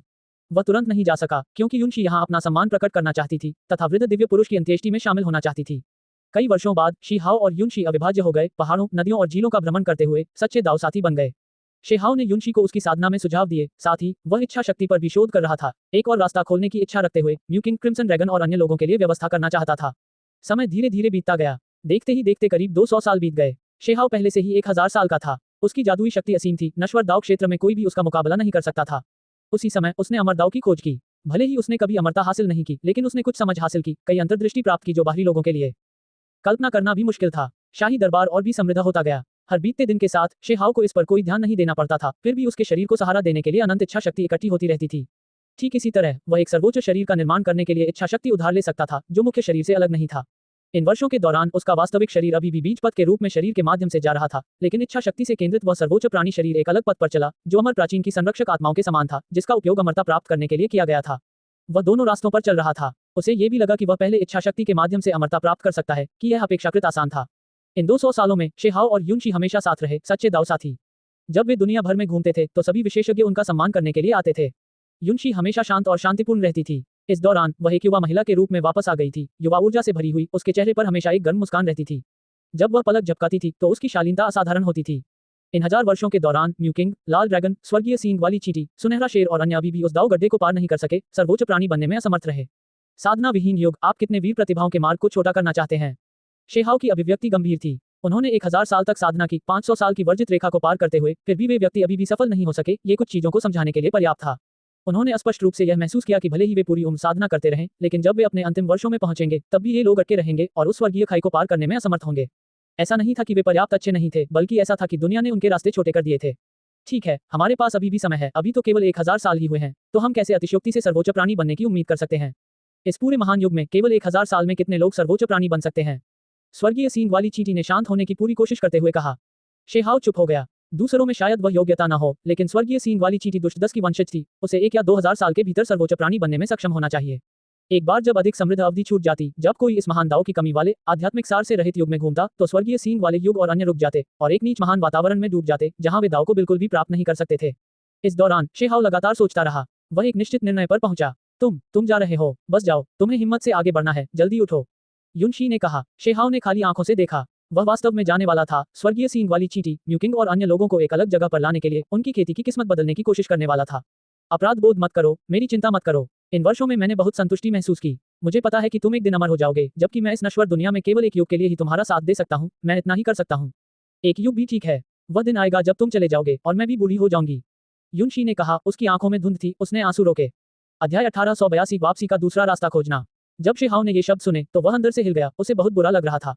क्या वह दिन सचमुच आएगा? उसने युनशी को गले लगाते हुए धीरे से कहा, ऐसा नहीं होगा, तुम बूढ़ी नहीं होगी, तुम हमेशा जवान रहोगी। मैं तुम्हारी जवानी को हमेशा बनाए रखने में तुम्हारी मदद करूंगा। वह लोगों को सांत्वना देने में अच्छा नहीं था, नहीं वह अपनी भावनाओं को सही से व्यक्त कर पाता था। उसे वर्तमान युनशी के प्रति अधिक से अधिक शर्मिंदगी और बेचैनी महसूस होने लगी। जब उसने उस दिन के बारे में सोचा तो उसे स्वीकार करना मुश्किल लगा। युनशी ने आंसू बहाते हुए मुस्कुराया, थोड़ा भावुक, थोड़ा पछतावा, लेकिन साथ ही उसने आखिरकार राहत महसूस की। कहा, मुझे पता है कि ये दिन एक दिन आएगा, लेकिन मुझे अब कोई पछतावा नहीं है। ये जीवन पहले से ही पूरा हो चुका है, पहले से ही काफी शानदार है। हम इस यात्रा से एक साथ गुजरे हैं, एक साथ रोए हैं, एक साथ हंसे हैं, सब कुछ मेरे दिल में याद रहेगा, मैं इसे कभी नहीं भूलूंगी। जितना ज्यादा वह इस तरह बोलती, शेहाव का दिल उतना ही खाली होता जाता। उसने धीरे से उसके चमकते माथे को चूमा और कहा, ज्यादा मत सोचो, जाओ, मेरे साथ आओ। जिन स्थानों पर उसे जाना था वे खतरनाक थे। वह युनशी को पीछे छोड़कर म्यूकिंग, लाल ड्रैगन और अन्य लोगों को अपने साथ ले जाना चाहता था, लेकिन अब उसने अपना मन बदल लिया और उसके साथ जाने का निर्णय लिया। आपको मेरी चिंता करने की जरूरत नहीं है, चलो चलें। शेहाव बहुत सीधी थी, अपनी सुंदर कमर को पकड़े हुए शाही दरबार की ओर बढ़ रही थी। विभिन्न भूमियों में शाही दरबार के महल थे, उनके भीतर शेहाओ की दिव्य प्रतिमाएं थी जो समृद्ध और इच्छा शक्ति से भरपूर थी। ये शक्ति की एक आश्चर्यजनक लहर थी। भले ही वर्तमान शेहाओ प्रकट न हो, फिर भी वह इस इच्छा शक्ति पर भरोसा करके दुनिया को उलट-पुलट कर सकता है, तुरंत नरसंहार कर सकता है। वह विभिन्न स्थानों पर एक मानव रूप को संघनित कर सकता है, इस तरह प्रकट हो सकता है। मुकिंग, तुम सब लोग आ जाओ। शेहाओ ने एक बड़े हॉल में बोलते हुए ध्वनि प्रसारित की। विभिन्न देशों में स्थापित शाही दरबार के बड़े हॉल में सभी दिव्य मूर्तियां जगमगा उठी और शानदार और पवित्र वैभव को छोड़ते हुए यह आवाज जारी की। ये भी इच्छा शक्ति का ही परिणाम था। दुनिया के विभिन्न भागों में अनंत दूरी से अलग होने के बावजूद भी वह इस तरह से प्रकट हो सकता था, सभी से संपर्क कर सकता था। उस दिन म्यूकिंग, लाल ड्रैगन और अन्य सभी को जल्दी से बुलाया गया। जब सभी लोग एकत्र हुए तो शेहाओ ने सभी की साधनाओं की जांच की। उन्होंने भौहें सिकोड़ते हुए कहा, आप में से अधिकांश लोग वर्तमान दुनिया की तकनीकों के रास्ते पर चल रहे हैं, फिर भी 1 इंच भी आगे बढ़ना मुश्किल है। मैं चाहता हूं कि आप सभी एक अलग रास्ता आजमाएं। इनमें से ज्यादातर लोग मुख्य रूप से वर्तमान दुनिया की पद्धतियों की खेती करते थे, क्योंकि अमर प्राचीन पद्धतियों के उच्चतम स्तर के लिए एक परिपूर्ण दाव बीज की जरूरत होती थी। उन्हें ऐसी चीज कहां मिलेगी? उस समय छोटे आकाश राजा, निर्वासित अमर, महान जूतुओं और अन्य ने पहले ही उन सभी को जब्त कर लिया था और किसी को भी पीछे नहीं छोड़ा था। वर्तमान विश्व पद्धतियों के अलावा म्यूकिंग और अन्य लोगों ने शीहाओ द्वारा स्थापित पद्धति भी सीखी, लेकिन वे इसका उपयोग केवल संदर्भ के रूप में कर सकते थे, इसे पूरी तरह से प्राप्त करने में असमर्थ थे। ऐसा इसलिए था क्योंकि पहले ही कदम ने उन सभी को अटका दिया था। शरीर को बीज की तरह इस्तेमाल करना बहुत मुश्किल था। जब शेहाओ ने ये कदम उठाया तब भी उसे अकल्पनीय कीमत चुकानी पड़ी, वह मुश्किल से जिंदा बच पाया। अतीत में तेजस्वी मेंग तियानझेंग शरीर को बीज पथ के रूप में पूरी तरह से उपयोग नहीं कर पाते थे, एक कदम दूर लगभग इसके कारण मर जाते थे। उनके दाव कौशल कई वर्षों तक अपंग रहे, जिससे उन्हें अन्य तरीकों की खेती करने के लिए मजबूर होना पड़ा। शेहाओ हमेशा एक रास्ता खोजता रहता था। उसका अपना रास्ता बीज के रूप में शरीर के ऊपर से गुजरने में सक्षम होना चाहिए था, लेकिन वह ये रास्ता कैसे बनाएगा? यही वह सोच रहा था कि इतने सालों में वह क्या कर रहा था। उनका मानना था कि देर सबेर उन्हें इसका समाधान मिल ही जाएगा। हालांकि अब समय उसका इंतजार नहीं कर रहा था। शेहाओ को वाकई उम्मीद थी कि ये लोग पहले से ज्यादा ताकतवर हो जाएंगे, कि वे उसके साथ चल पाएंगे और नश्वर दुनिया में फंसेंगे नहीं। यदि आप सभी को बेजोड़ दाव बीज दिए जाएं, तो क्या आप सभी आगे बढ़ पाएंगे? शीहाओ ने पूछा। शीजोंग, झू लिन और अन्य सभी दंग रह गए। वे पहले से ही वर्तमान विश्व पथ पर चल रहे थे, एक दाव बीज के साथ विलय करने का मौका चूक गए। वे अभी भी इसकी खेती क्यों करेंगे? इसके अलावा वे बीज अमूल्य थे, पूरी दुनिया में मिलना मुश्किल था, उनमें से बहुत कम थे, वे सभी लोग पहले ही ले जा चुके थे। वे उन्हें खोजने कहाँ जाएंगे? वे जानते थे कि उस समय शीहाओ भी बीज प्राप्त नहीं कर सकता था, वह केवल बीज पथ के रूप में शरीर के नीचे की ओर जा सकता था क्योंकि उसके पास कोई विकल्प नहीं था। बड़े भाई, आपको इतनी परेशानी से गुजरने की कोई जरूरत नहीं है। इस तरह का अमर खजाना अनंत युगों में मिलना मुश्किल है, हमें इसकी जरूरत नहीं है। वर्तमान विश्व पद्धतियों के रास्ते पर चलते हुए हम जल्द या बाद में सफल होंगे। शी जोंग ने कहा, आप सभी को इसकी परवाह करने की आवश्यकता नहीं है, मैं केवल ये पूछता हूँ कि अगर मैंने उन्हें आपके लिए ढूंढ लिया तो क्या आप सभी फिर से शुरुआत से खेती करने की हिम्मत करेंगे? शी हाओ ने पूछा। हिम्मत करो, हम हिम्मत क्यों नहीं करेंगे? वे बीज बहुत कीमती हैं, यहाँ तक कि यह पूरी दुनिया भी सूख रही है, हम उन्हें कहाँ ढूंढेंगे? जू लिन ने बड़बड़ाया। शेहाओ ने सिर हिलाया। वह चाहता था कि ये लोग अमर प्राचीन विधियों के साथ साथ वर्तमान दुनिया की विधियों को भी अपनाएं, दोनों को आपस में टकराने दें, इससे कुछ महान परिवर्तन हो सकते हैं, जिससे वे अंततः सफलता प्राप्त कर सकें और दाव को प्राप्त कर सकें। ऐसा इसलिए था क्योंकि पहले वह एक ही समय में 2 पद्धतियों का अभ्यास करते थे और दोनों रास्तों पर चलते थे। ठीक है, तुम सब लोग तैयारी कर लो, हम जल्द ही निकल रहे हैं, शेहाओ ने कहा। सब हैरान हो गए, क्या वाकई इस दुनिया में अभी भी सही बीज हैं? ऐसा कैसे हो सकता है? उनकी संख्या तो तय थी, फिर उनमें से कोई भी कैसे अस्तित्व में आ सकता है? फिर शेहाओ ने उन्हें काओ यूशिंग और स्वर्गीय सींग वाली चींटी की तलाश करने को कहा और इन दोनों को भी साथ लेकर निकल पड़े। मुझे भी कुछ तैयारियां करनी है, शेहाओ ने कहा। वह निचले लोगों की ओर चल पड़ा। म्यूकिंग और अन्य लोगों ने पाया कि उसकी पीठ पर अनंत तलवार कोर था, यह अकेले ही इस यात्रा के खतरों को साबित करने के लिए पर्याप्त था। ऐसा इसलिए था क्योंकि इतने सालों के बाद शेहाओ ने लगभग कभी हथियारों का इस्तेमाल नहीं किया था। इसके अलावा उसने क्रिस्टल खोपड़ी, सुनहरी बांह की हड्डी और खून बहते नेत्रगोलक के साथ संवाद किया। ये 3 राक्षस थे जिन्हें वह पश्चिमी मकबरे के दायरे से बाहर लाया था। इन वर्षों के दौरान वे अधिकतर शांत और सोते रहे। क्या तुमने हमारे साथ विलय की इच्छा रखते हुए सब कुछ सोच लिया है? क्रिस्टल खोपड़ी चौंक गई। नहीं, इस बार मैं सिर्फ एक हाथ उधार ले रहा हूँ, शेहाओ ने कहा। उसने उस सुनहरे हाथ, क्रिस्टल खोपड़ी और नेत्रगोलक को देखा। उसने कहा कि वह उनके साथ विलय नहीं करेगा, चाहे कुछ भी हो, क्योंकि इसमें आदिम आत्मा शामिल है, जो बहुत खतरनाक है। अंत में वे गुप्त रूप से बातचीत करते हुए एक समझौते पर पहुंचे। वह सुनहरी बांह की हड्डी शेहाओ के बाएं हाथ में विलीन हो गई। म्यूकिंग और बाकी लोग बेहद हैरान थे, साथ ही बेहद चिंतित भी। वे जानते थे कि शेहाओ हमेशा इसके खिलाफ था, उन 3 राक्षसों के साथ विलय करने के लिए तैयार नहीं था, लेकिन आज उसने वास्तव में ऐसा किया। कोई भी देख सकता था कि जिस जगह पर वे जा रहे थे वह कितनी खतरनाक थी। चिंता मत करो, यह कोई बड़ी बात नहीं है। हम बाग की मान से चोरी करने जा रहे हैं। अगर हमें कुछ हासिल करना है तो हमें हर तरह की तैयारी करनी होगी। शेहाओ हंसा। वह अपने साथ कई लोगों को लेकर आया था, जैसे सम्राट तितली, दिव्य प्रहारक पत्थर, बिजली की आत्माएं, स्वर्ण सिंह, म्यूकिंग और अन्य। ये सभी बहुत अच्छे थे। स्वर्गीय सींग वाली चींटी और काओ यूशिंग स्वाभाविक रूप से शेहाओ के पक्ष में थे और एक साथ बाहर जाने की इच्छा रखते थे। वे 9 स्वर्गों में प्रवेश करते हुए उच्च क्षेत्र में लौट आए। शेहाओ उन्हें एक विशाल परिवहन संरचना उधार लेकर स्वर्गीय देवता संस्थान में ले आया। एक हॉर्न शोर के साथ चमक ने रात के आकाश को रोशन कर दिया। वे सभी इस जगह से गायब हो गए। वे समय अंतरिक्ष में आगे बढ़े, अनगिनत तारकीय समुद्रों को पार करते हुए एक उदास भूमि में प्रवेश किया। हम कहाँ जा रहे हैं? जब उन्हें ले जाने वाला युद्धपोत दिखाई दिया तो उसकी गति कम नहीं हुई, वह अभी भी अत्यधिक गति से आगे बढ़ रहा था। अचानक उनके सामने एक हरा रंग दिखाई दिया। ये घास का एक डंठल था जो तुलना से परे विशाल था। इसकी पत्तियां हिल रही थी, आकाश में कई बड़े सितारों को छू रही थी और फिर सीधे उन्हें निगल रही थी। पौराणिक तारा भक्षण घास। स्वर्गीय सींग वाली चींटी ने ठंडी हवा में सांस ली। इस प्रकार की चीज भले ही इसमें स्पष्ट उच्च स्तर की इच्छाशक्ति न हो, लेकिन इसकी ताकत बेहद भयानक थी। सामान्य जीव केवल तभी इससे बच सकते थे जब उनका सामना इससे होता था। सावधान रहो, हम अपने गंतव्य के करीब पहुंच रहे हैं। ये जगह अजीब है, लेकिन साथ ही यहाँ वास्तव में कुछ बेहतरीन बीज हैं। जब अंतहीन समय खोजा जाता है तब भी वे सबसे अच्छे दाव बीज होते हैं। अगर हम उन्हें जब्त कर लेते हैं तो आपके साधना पथ अतुलनीय रूप से चमकदार हो जाएंगे। शेहाव ने कहा। अध्याय 1883 विश्व का प्राचीन पथ। तारों को भक्षण करने वाली घास एक प्रकार का जन्मजात देवता जिसकी तुलना नहीं की जा सकती। इसने शून्य में जड़ें जमा ली, हरा और हरा भरा। इसने अपने सांप जैसे पत्तों को धीरे धीरे फैलाया और फिर तारों को पूरी तरह से निगल लिया। दुर्भाग्य से भले ही यह एक जन्मजात देवता था जो आदिम अराजकता में पैदा हुआ था, इसमें उच्च स्तर की इच्छाशक्ति का अभाव था। अन्यथा इस प्रकार का प्राणी निश्चित रूप से बेहद भयानक होता। ये जिस चीज पर निर्भर था वह एक प्रकार की सहज प्रवृत्ति थी। ये जगह विश्व कब्र है। किंवदंती है कि यहाँ कई बर्बाद प्राचीन महान दुनियाएं आराम कर रही हैं। उत्तम दाव बीज केवल यही मिल सकते हैं। शेहाव ने कहा। अतीत में जब वे अभी भी स्वर्गीय देवता संस्थान के छात्र थे तब उन्होंने इस स्थान का दौरा किया था जहां उन्होंने व्यक्तिगत रूप से उत्तम बीज देखे थे। दुर्भाग्य से उस समय किसी को भी उनमें से कोई भी नहीं मिला। काओ यूशिंग ने दांत पीस लिए। वह पहले भी यहाँ आ चुका है। जब उसने इस जानी पहचानी जमीन को देखा तो वह अवाक रह गया। 1000 साल पहले जब वह छोटा था उसने यहाँ प्रशिक्षण लिया था। अब वह वापस आ गया था। आसपास एक के बाद एक बड़े बड़े सितारे आराम कर रहे थे। हालांकि वे सभी बर्बाद हो चुके थे, जैसे कि वे किसी वीरान जमीन पर आ गए हों। ब्रह्मांड धुंधला था, हर जगह बर्बादी के दृश्य थे। दूर दूर तक बहुत सारे प्राचीन महाद्वीप तैर रहे थे। वे सभी कुचले हुए तारे थे, तलवार की चमक से कटी हुई जमीनें थी। जो कुछ भी यहाँ होना चाहिए था वह यहाँ था। म्यूकिंग और बाकी लोगों को आखिरकार समझ में आ गया कि इस जगह को विश्व कब्र क्यों कहा जाता है। ऐसा इसलिए था क्योंकि वे केवल सितारों के अवशेष, बड़े महाद्वीपों के बर्बाद टुकड़े देख सकते थे, जैसे कि ये किसी ब्रह्मांड के खंडहर हों। हान, अचानक वह तारा भक्षण करने वाली घास हिल गई। कई पत्ते एक विशाल हरे ड्रैगन की तरह शेहाव के युद्धपोत की ओर झपटे। शेहाव जहाज के सामने खड़ा था। उसकी उंगली के हल्के इशारे से कोमल चमक खिल उठी। होंगलोंग, घास का वह डंठल जादुई शक्ति के साथ फटा, बादल और धुआं लेकर हरी चमक से जगमगा उठा। पूरा डंठल ऐसा लग रहा था मानो जल रहा हो। आसपास के कई बर्बाद महान सितारे इस तरह हिल गए और फिर फट गए। ब्रह्मांड और भी अधिक टूट गया तथा एक के बाद एक खाई में तब्दील हो गया। शेहाव की उंगलियों से रंग बिरंगी चमक लगातार निकलती रही, जिसने घास के इस डंठल को जकड़ लिया। फिर ची ध्वनि के साथ इसे अंधेरे ब्रह्मांड की गहराई में उड़ा दिया गया। इसके बाद आसपास का दृश्य शांत हो गया। तारे नष्ट हो गए और पीछे छोड़ गए अनंत ब्रह्मांडीय धूल। शक्ति में सर्वोच्च प्राणी के बराबर, लेकिन पूर्ण परिवर्तन की कमी, चिंता की कोई बात नहीं है। शेहाव ने कहा। यह स्टार डिवोरिंग ग्रास का उनका मूल्यांकन था। काओ यूशिंग दंग रह गया। जब वे वापस आए थे तो उन्हें स्टार डिवोरिंग ग्रास से बचना था, उसके पास जाने की हिम्मत नहीं थी। लेकिन अब जब वे आज फिर से आए हैं तो क्या वे बस अपना रास्ता बनाने जा रहे थे? वे आगे बढ़ते रहे। ये यात्रा एक सपने की तरह थी। वे कई विश्व जैसे शानदार क्षेत्रों से गुजरे, विश्व कब्र की गहराई में प्रवेश किया, एक के बाद एक प्राचीन क्षेत्रों से गुजरे। ये कैसी चीज है? ये तो बहुत बड़ी है। इसके तुरंत बाद उन्होंने एक ऐसा जीव देखा जो लकड़बग्घे जैसा था। उसके सिर पर ड्रैगन के सींग थे और पीठ पर सिंदूरी रंग के पक्षी के पंख थे। वह उनके सामने तैर रहा था, सितारों से भी ज्यादा विशाल। यह एक शव था। इसकी सारी सार ऊर्जा लाखों करोड़ों वर्ष पहले सूख गई थी। आदिम अराजकता में जन्मा एक जन्मजात देवता। अगर यह अभी भी जीवित होता तो इसमें कम से कम सर्वोच्च स्तर की शक्ति होती।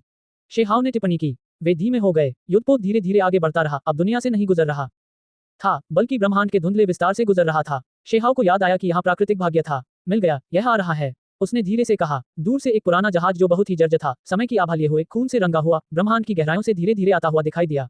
ये शांत और खामोश था। वह क्या है? जू लिन पूछे बिना नहीं रह सका। भूत आत्मा, इसे युद्ध आत्मा जहाज भी कहा जा सकता है। इस पर अजीबोगरीब जीव हैं जो मृतकों की आध्यात्मिक इंद्रियों से रूपांतरित होते हैं, एक प्रकार का जन्मजात आत्मा बीज। इसे दवा में परिष्कृत किया जा सकता है, जिसका उपयोग आदिम आत्मा को पोषित करने के लिए किया जा सकता है।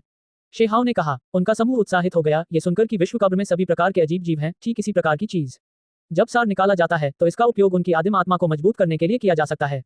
वह जहाज बहुत बड़ा था। हालांकि वह जर्जर था, फिर भी वह बहुत प्रभावशाली था, आकार में एक तारे के आधे हिस्से जितना छोटा। वह इस दिशा में जा रहा था। आओ, एक क्रूर चीख ने सन्नाटे को तोड़ दिया। आध्यात्मिक उतार चढ़ाव और भी तीव्र हो गए। एक विशाल चांदी का भालू सबसे पहले बाहर आया और शेहाव की दिशा में हमला किया। परमात्मा, वास्तव में एक परमात्मा स्तर की युद्ध भावना है। ये लोग दंग रह गए। शेहाव ने डर रहा। उसने एक कदम आगे बढ़ाया, सभी भयानक उतार चढ़ावों को रोकते हुए विशाल चांदी के भालू का सामना किया। यह एक मृत प्राणी की आदिम आत्मा से परिवर्तित कुछ था। तेज हवाएं गरज रही थी। उस युद्धपोत में एक सुनहरा ग्रेट पेंग था जो अपने पंख फैलाकर बिना रुके शेहाव पर हमला करते हुए गोता लगा रहा था। हर कोई भयभीत था। यह एक भूतिया जहाज था, फिर भी इस पर 2 सर्वोच्च स्तर के प्राणी छिपे हुए थे। दुर्भाग्य से उनका सामना शेहाव से हुआ। इसका कोई फायदा नहीं था। अभी वह नश्वर दाव के शिखर पर खड़ा था, इस तरह की तथाकथित घेराबंदी से बिल्कुल भी नहीं डर रहा था। अंत में एक ही कदम में उसकी आकृति गायब हो गई। उसके हाथ उठाने से विशाल चांदी के भालू का सिर कट गया। सुनहरा ग्रेट पेंग 2 टुकड़ों में फट गया और दोनों की मौत हो गई। उस पल में दोनों जीव प्रकाश की वर्षा में बदल गए। प्रकाश की उस वर्षा में जो कुछ संग्रहित था वह आध्यात्मिक शक्ति थी। कुछ सार था जो इंद्रधनुष की तरह बिखर गया, सभी की आदिम आत्माओं का पोषण कर रहा था। शेहाव ने थोड़ा सा हासिल किया, पाया कि उसके लिए प्रभाव उतने अच्छे नहीं थे। ऐसा इसलिए था क्योंकि उसकी आदिम आत्मा पहले ही शिखर पर पहुंच चुकी थी, जिससे आगे बढ़ना असंभव था। अगर वह इसे सुधारना चाहता था तो उसे अमरता तक चढ़ना होगा। वह इसे बर्बाद नहीं करेंगे बल्कि इसे अपने पीछे खड़े लोगों को दे देंगे। ये सचमुच चौंकाने वाला है। मेरी आदिम आत्मा सचमुच थोड़ी मजबूत हो गई है। उन्हें एक अकल्पनीय एहसास हुआ। यदि यह जारी रहा तो हम सचमुच दाव को प्राप्त करने में सक्षम हो सकते हैं, सर्वोच्च सत्ता के दायरे में प्रवेश कर सकते हैं। मारना, ये केवल म्यू किंग, लाल ड्रैगन और अन्य ही नहीं थे, बल्कि यहाँ तक कि बिजली की आत्माएं, सम्राट तितली और दिव्य प्रहारक पत्थर भी उस भूतिया जहाज पर हमला करने के लिए आगे आए। यह एक महान युद्ध था। उस प्राचीन जहाज से कई जीव प्रकट हुए, जिनमें 9 सिर वाले दिव्य पक्षी, सफेद सोने के शेर, पाताल के दिव्य शिकारी कुत्ते और अन्य शामिल थे। उनमें कई अलग अलग प्रजातियां थीं। इन स्वर्गिक दुष्ट व्यक्तियों के आक्रमण के कारण, जिन्होंने 1000 वर्षों से अधिक समय तक साधना की थी, भूत जहाज ध्वस्त हो गया तथा ये सभी युद्ध आत्माएं मर गईं। आदिम आत्मा का पोषण, इस प्रकार की भावना सचमुच बहुत अद्भुत है। किसी ने आह भरते हुए कहा। दुर्भाग्यवश, यद्यपि उनकी आदिम आत्माएं चमकती, जगमगाती और पारदर्शी थी, फिर भी वे सर्वोच्च स्तर तक नहीं पहुंच सकी। इस प्रकार की दुष्ट आत्मा केवल उन पर हमला करती थी जो आक्रमण करते थे। जब भी प्राणी उनसे सामना करते थे, अगर उनकी ताकत काफी नहीं थी, तो वे अनिवार्य रूप से गिर जाते थे। इस बार यह विशेष रूप से मामला था। वास्तव में उनके बीच 2 सर्वोच्च स्तर की युद्ध आत्माएं मौजूद थीं। यदि शिहाओ यहाँ नहीं होते, तो वे संभवतः यहाँ पूरी तरह से नष्ट हो जाते। एक के बाद एक बर्बाद प्राचीन क्षेत्रों से गुजरने के बाद वे 5 तत्वों के महाद्वीप में पहुंच गए। इस जगह पर असाधारण 5 तत्वों का उल्टा गठन था, जिसमें एक स्वर्गीय बीज छिपा हुआ था। हालांकि इसे प्राप्त करना बेहद मुश्किल था। शिहाओ ने इस स्थान पर विचार नहीं किया, बल्कि आगे बढ़ता रहा। वहां एक जगह थी जहां एक रहस्यमय कीमती पेड़ था, जो एक उत्तम बीज भी था। उस समय शिहाओ ने इसे अपनी आंखों से देखा था। हालांकि वहां एक प्राणी उसकी रखवाली कर रहा था, इसलिए वह उसे वापस नहीं ला सका। वे आखिरकार वहां पहुंच गए। यह एक अद्भुत भूमि थी, जो अन्य बर्बाद प्राचीन भूमियों से बिल्कुल अलग थी। यहाँ बहुत सारे पौधे थे, फूल, फल, सभी दाव कानून। वे सभी दाव बीज माने जा सकते हैं। शिहाओ का केवल एक ही लक्ष्य था, वह था ऑल दाव वृक्ष। इतने साल बीत जाने के बाद मुझे आश्चर्य है कि क्या यह अभी भी वहां है या नहीं। तब तक यह अभी भी पूरी तरह से परिपक्व नहीं हुआ था। अब ये पूरा हो जाना चाहिए, है ना? शिहाओ इस प्रकार के निष्कर्ष पर पहुंचे। रास्ते में उन्होंने कई पेड़ देखे, उन पर तरह तरह के फल लगे थे और उनमें बड़े बड़े दाव के टुकड़े रखे हुए थे। ये जगह वाकई असाधारण है। भले ही हमें एक बेहतरीन बीज न मिले, लेकिन अगर हम यहाँ खेती करें, ये फल खाएं, तो फिर भी हमें आश्चर्यजनक लाभ होंगे। लाल अजगर ने आह भरते हुए कहा। ये खेती के लिए आदर्श भूमि है। दुर्भाग्य से वे यहाँ लंबे समय तक नहीं रुक सकते थे। ये जगह अज्ञात चीजों से भरी हुई थी, सभी प्रकार के अप्रत्याशित परिवर्तन। अगर वे कई दशकों तक यहाँ खेती करते, तो वे कुछ बड़ी मुसीबतें खड़ी कर सकते थे। आप पहले से ही नश्वर दाव डोमेन में बेजोड़ हैं, मुझे मत बताइए कि अगर हम यहाँ रहे तो फिर भी समस्याएं होंगी। स्वर्गीय सींग वाली चींटी ने पूछा। यहाँ एक प्राचीन व्यक्ति है जो संभवतः सच्चा अमर है, शिहाओ ने आह भरते हुए कहा। अतीत में वे ऑल दाव वृक्ष को वापस लाने में असमर्थ होकर पीछे हट गए थे, जिसका कारण वास्तव में यह था कि वहाँ एक भयानक प्राणी उसकी रखवाली कर रहा था। रास्ते में वे रुके नहीं। चूंकि उन्हें पता था कि इस जगह पर बेजोड़ दाव बीज है, इसलिए स्वाभाविक रूप से उन्हें खुद ही इसकी तलाश करनी पड़ी। सुदूर पश्चिम में एक तैरते हुए द्वीप पर आसपास बिजली चमक रही थी और गरज के साथ बारिश हो रही थी। बड़ी बड़ी दरारें फैल रही थी, जो लगातार आपस में जुड़ रही थी। सामान्य लोग इस द्वीप पर चढ़ ही नहीं सकते थे। शिहाओ ने कार्रवाई करते हुए युद्धपोत को सीधे तैरते हुए द्वीप पर पहुंचाया। महान यिन ऊर्जा हवा में व्याप्त थी, महान यांग ज्वाला सार उमड़ रहा था। यिन और यांग में हलचल मची हुई थी, दिव्य नियम फूट रहे थे। यहाँ शानदार प्रकाश का विस्तार था, अत्यंत दिव्य और शांतिपूर्ण। बेशक वहाँ गड़गड़ाहट भी हो रही थी, जो विनाश का आभास दे रही थी। द्वीप के बीचों बीच एक पेड़ था, जो ड्रैगन की तरह सुप्तावस्था में था, घूम रहा था। उसका तना सीधा और मजबूत था, शाखाएं हिल रही थीं, पत्तियां फड़फड़ा रही थीं, असीम दिव्य बहुरंगी रोशनी से लबालब भरी हुई थी। पेड़ की शाखाएं घनी थीं और उन पर ठीक 10,000 फल लगे थे। ये वृक्ष शुरू से ही एक बेजोड़ दाव सी था, जो शरीर के भीतर मांस में जड़ जमाने में सक्षम था, जिससे व्यक्ति को दुनिया के 10,000 दाव को समझने में मदद मिलती थी। जल्दी या बाद में ये व्यक्ति को सच्चे अमर क्षेत्र में ले जाने में सक्षम होगा। उसके आसपास बिजली चमक रही थी। बिजली के कुंड थे जो एक के बाद एक चमकते और गिरते थे। ये दृश्य अत्यंत भयावह था। वर्तमान विश्व में सबसे बहुमूल्य बीजों में से एक, जिसकी तुलना विश्व वृक्ष पौधे से की जा सकती है। यहाँ कोई है। स्वर्गीय सींग वाली चींटी दंग रह गई। उसने दूर से एक और व्यक्ति को देखा, जो एक बड़े जहाज पर खड़ा था और ऑल दाव ट्री को घूर रहा था। उन लोगों ने भी शिहाओ के समूह को स्पष्ट रूप से देखा। वे सभी आश्चर्यचकित हुए बिना नहीं रह सके। अमर डोमेन के लोग, काओ यूशिंग ने धीरे से कहा। ऐसा इसलिए था क्योंकि उस प्राचीन जहाज पर अमर डोमेन की छापें खुदी हुई थी। क्या यहाँ कोई पुराना दोस्त था? उस प्राचीन जहाज की ओर देखते हुए शिहाओ की अभिव्यक्ति भी थोड़ी बदल गई। अध्याय 1884। एक पुराने मित्र की खबर। बैंगनी सुनहरे रंग का युद्धपोत अमर ऊर्जा की एक के बाद एक धारें छोड़ रहा था, जो स्पष्ट रूप से आश्चर्यजनक था। ये द्वीप के केंद्र पर रुक गया। ऑल दाव ट्री से बहुत दूर नहीं, केवल बिजली के पुल उन्हें अलग कर रहे थे। जहाज पर पुरुष और महिलाएं थीं, उनमें से कई बेहद युवा थे। पुरुष दिखने में वीर थे, महिलाएं सुंदर थीं, उनमें से हर एक के चेहरे पर सफेद धुंध छा रही थी, स्टाइल असाधारण था। ये लोग बिल्कुल भी सरल नहीं थे, बल्कि अमर ऊर्जा से घिरे हुए थे। क्या ये सच है या झूठ? उन सभी ने इतनी अमर ऊर्जा अर्जित की है। शिजोंग का जबड़ा खुला रह गया, वह सदमे में चिल्लाया। म्यू किंग ने कहा, यह बैंगनी सुनहरे युद्धपोत द्वारा छोड़ा गया है। वह जहाज बेहद चौंकाने वाला है। ये संभवतः एक अमर कलाकृति थी। ये लोग अमर क्षेत्र से आए थे, क्योंकि उस जहाज पर निशान बहुत स्पष्ट थे। उस समय जब वे अंधेरे के प्राणियों का सामना करते थे, अमर क्षेत्र के युद्ध के झंडे पर ठीक इसी तरह के निशान थे। आप सब कौन हैं? जहाज पर एक अधेड़ उम्र के आदमी ने देखा। ऐसा लग रहा था जैसे उसकी आंखों में सुनहरी बिजली चमक रही हो, जो शून्य को चीरती हुई उनकी बगल की ओर देख रही हो। शिबातियन, दिव्य प्रहारक पत्थर ने चिल्लाकर अपना नाम इस प्रकार घोषित किया। एक दूसरी तरफ लोगों के एक समूह ने अजीब भाव प्रकट किए। ये कैसा नाम था? ये तो बहुत ही घटिया और बेढंगा था। यहाँ तक कि शीजोंग, जूलिन, सम्राट तितली और अन्य लोग भी उस पत्थर के कारण शर्मिंदा महसूस कर रहे थे। उन्हें लग रहा था कि इससे उनकी प्रतिष्ठा खराब हो गई है। हे, ये तो कुछ हद तक मनोरंजक है। उस अधेड़ उम्र के व्यक्ति ने दिव्य प्रहारक पत्थर को देखा, उसके चेहरे पर हल्की मुस्कान थी। शेहाव की आंखें बिजली की तरह चमक रही थी, उन लोगों पर घूम रही थी। उसने किसी को भी परिचित नहीं देखा। क्या यह हमर डोमेन के प्राणियों को शांत करने की यात्रा थी? उसी क्षण दोनों पक्ष एक दूसरे को देखने लगे और एक दूसरे का आंकलन करने लगे। शेहाव ने एक अजीब सा भाव प्रकट किया। दूसरी तरफ सर्वोच्च प्राणी थे, और सिर्फ एक नहीं बल्कि दो। उन युवाओं की शक्ति स्वर्गीय देवता क्षेत्र से लेकर आत्ममुक्ति क्षेत्र तक फैली हुई थी। वे सभी दाव वृक्ष के लिए आए थे। क्या यह उनमें से किसी को दिया जाना था? यह समझना जरूरी था कि यह पेड़ असाधारण था, वाकई असाधारण।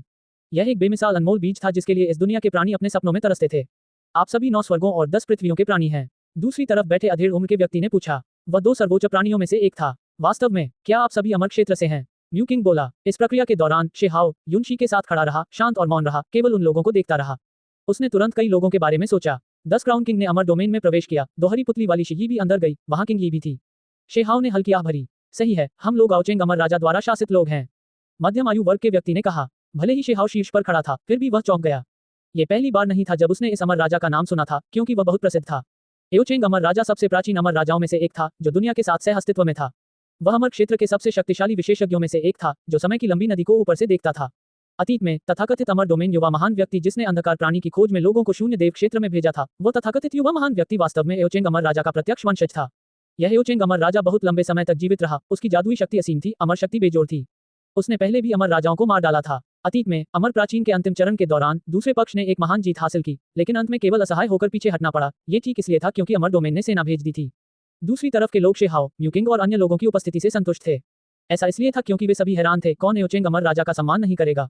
इस तरह की प्रतिक्रिया होना सामान्य बात थी। आप सभी जा सकते हैं। ऑल दाओ ट्री वह दाओ बीज है जिसकी एओचेंग अमर राजा के प्रत्यक्ष वंशज को जरूरत है। मध्यम आयु वर्ग के व्यक्ति ने कहा। शीहाव की अभिव्यक्ति शांत हो गई। इस बीच जू लिन, शिजोंग, काओ यूशिंग और अन्य लोग चौंक गए। ये दुनिया के सबसे शक्तिशाली अमर राजाओं में से एक था। वे वास्तव में उसके वंशज से भिड़ गए। भले ही वह अमर क्षेत्र था, लेकिन जब वे खेती रहित युग का सामना कर रहे थे, तब भी उन्हें अतुलनीय भय महसूस हुआ। उन्होंने अमर क्षेत्र में फैलने के डर से दोनों क्षेत्रों के बीच के प्रवेश द्वार को जल्दी से बंद कर दिया, जिससे वहां एक बड़ा बदलाव आया। यदि ऐसा न होता तो वे पीछे हटते ही नहीं। ठीक है, आमतौर पर कोई भी इस क्षेत्र में प्रवेश करने को तैयार नहीं होता। हालांकि कुछ दिव्य फल हैं जो पक चुके हैं, इसलिए उन्हें चुनने के लिए जोखिम उठाने की जरूरत है। मध्यम आयु वर्ग के व्यक्ति ने कहा। उसने ऑल दाओ वृक्ष की ओर इशारा किया, उसकी नजर उस वृक्ष पर पड़ी। ज्यादा सावधान रहो, चूंकि हम अभी सच्चे अमर क्षेत्र में नहीं पहुंचे हैं, इसलिए हम अभी भी 1 या 2 बार अंदर बाहर जा सकते हैं। अधेड़ उम्र के आदमी ने फिर कहा। 2 महान सर्वोच्च प्राणियों ने युवाओं के एक बड़े समूह की रक्षा करते हुए मार्ग का नेतृत्व किया। कोई आश्चर्य नहीं कि वहां कोई भी सच्चा अमर नहीं था। वास्तव में ऐसा इसलिए था क्योंकि वहां प्रतिबंध थे। यदि कोई सच्चा अमर उतरता है तो यह तुरंत इस स्थान पर प्रतिक्रिया का कारण बनेगा, जिससे बड़े परिवर्तन होंगे। खेती रहित युग का क्षरण फैल जाएगा, संभवतः अमर क्षेत्र में भी फैल जाएगा, जिससे आपदा आएगी। बेशक उस जगह पर अमर राजा थे, इसलिए ऐसा नहीं था कि वे आपदा से छुटकारा नहीं पा सकते थे। हालांकि फिर भी एक कीमत चुकानी पड़ी। आमतौर पर अमर राजा बेतरतीब ढंग से कार्रवाई नहीं करते।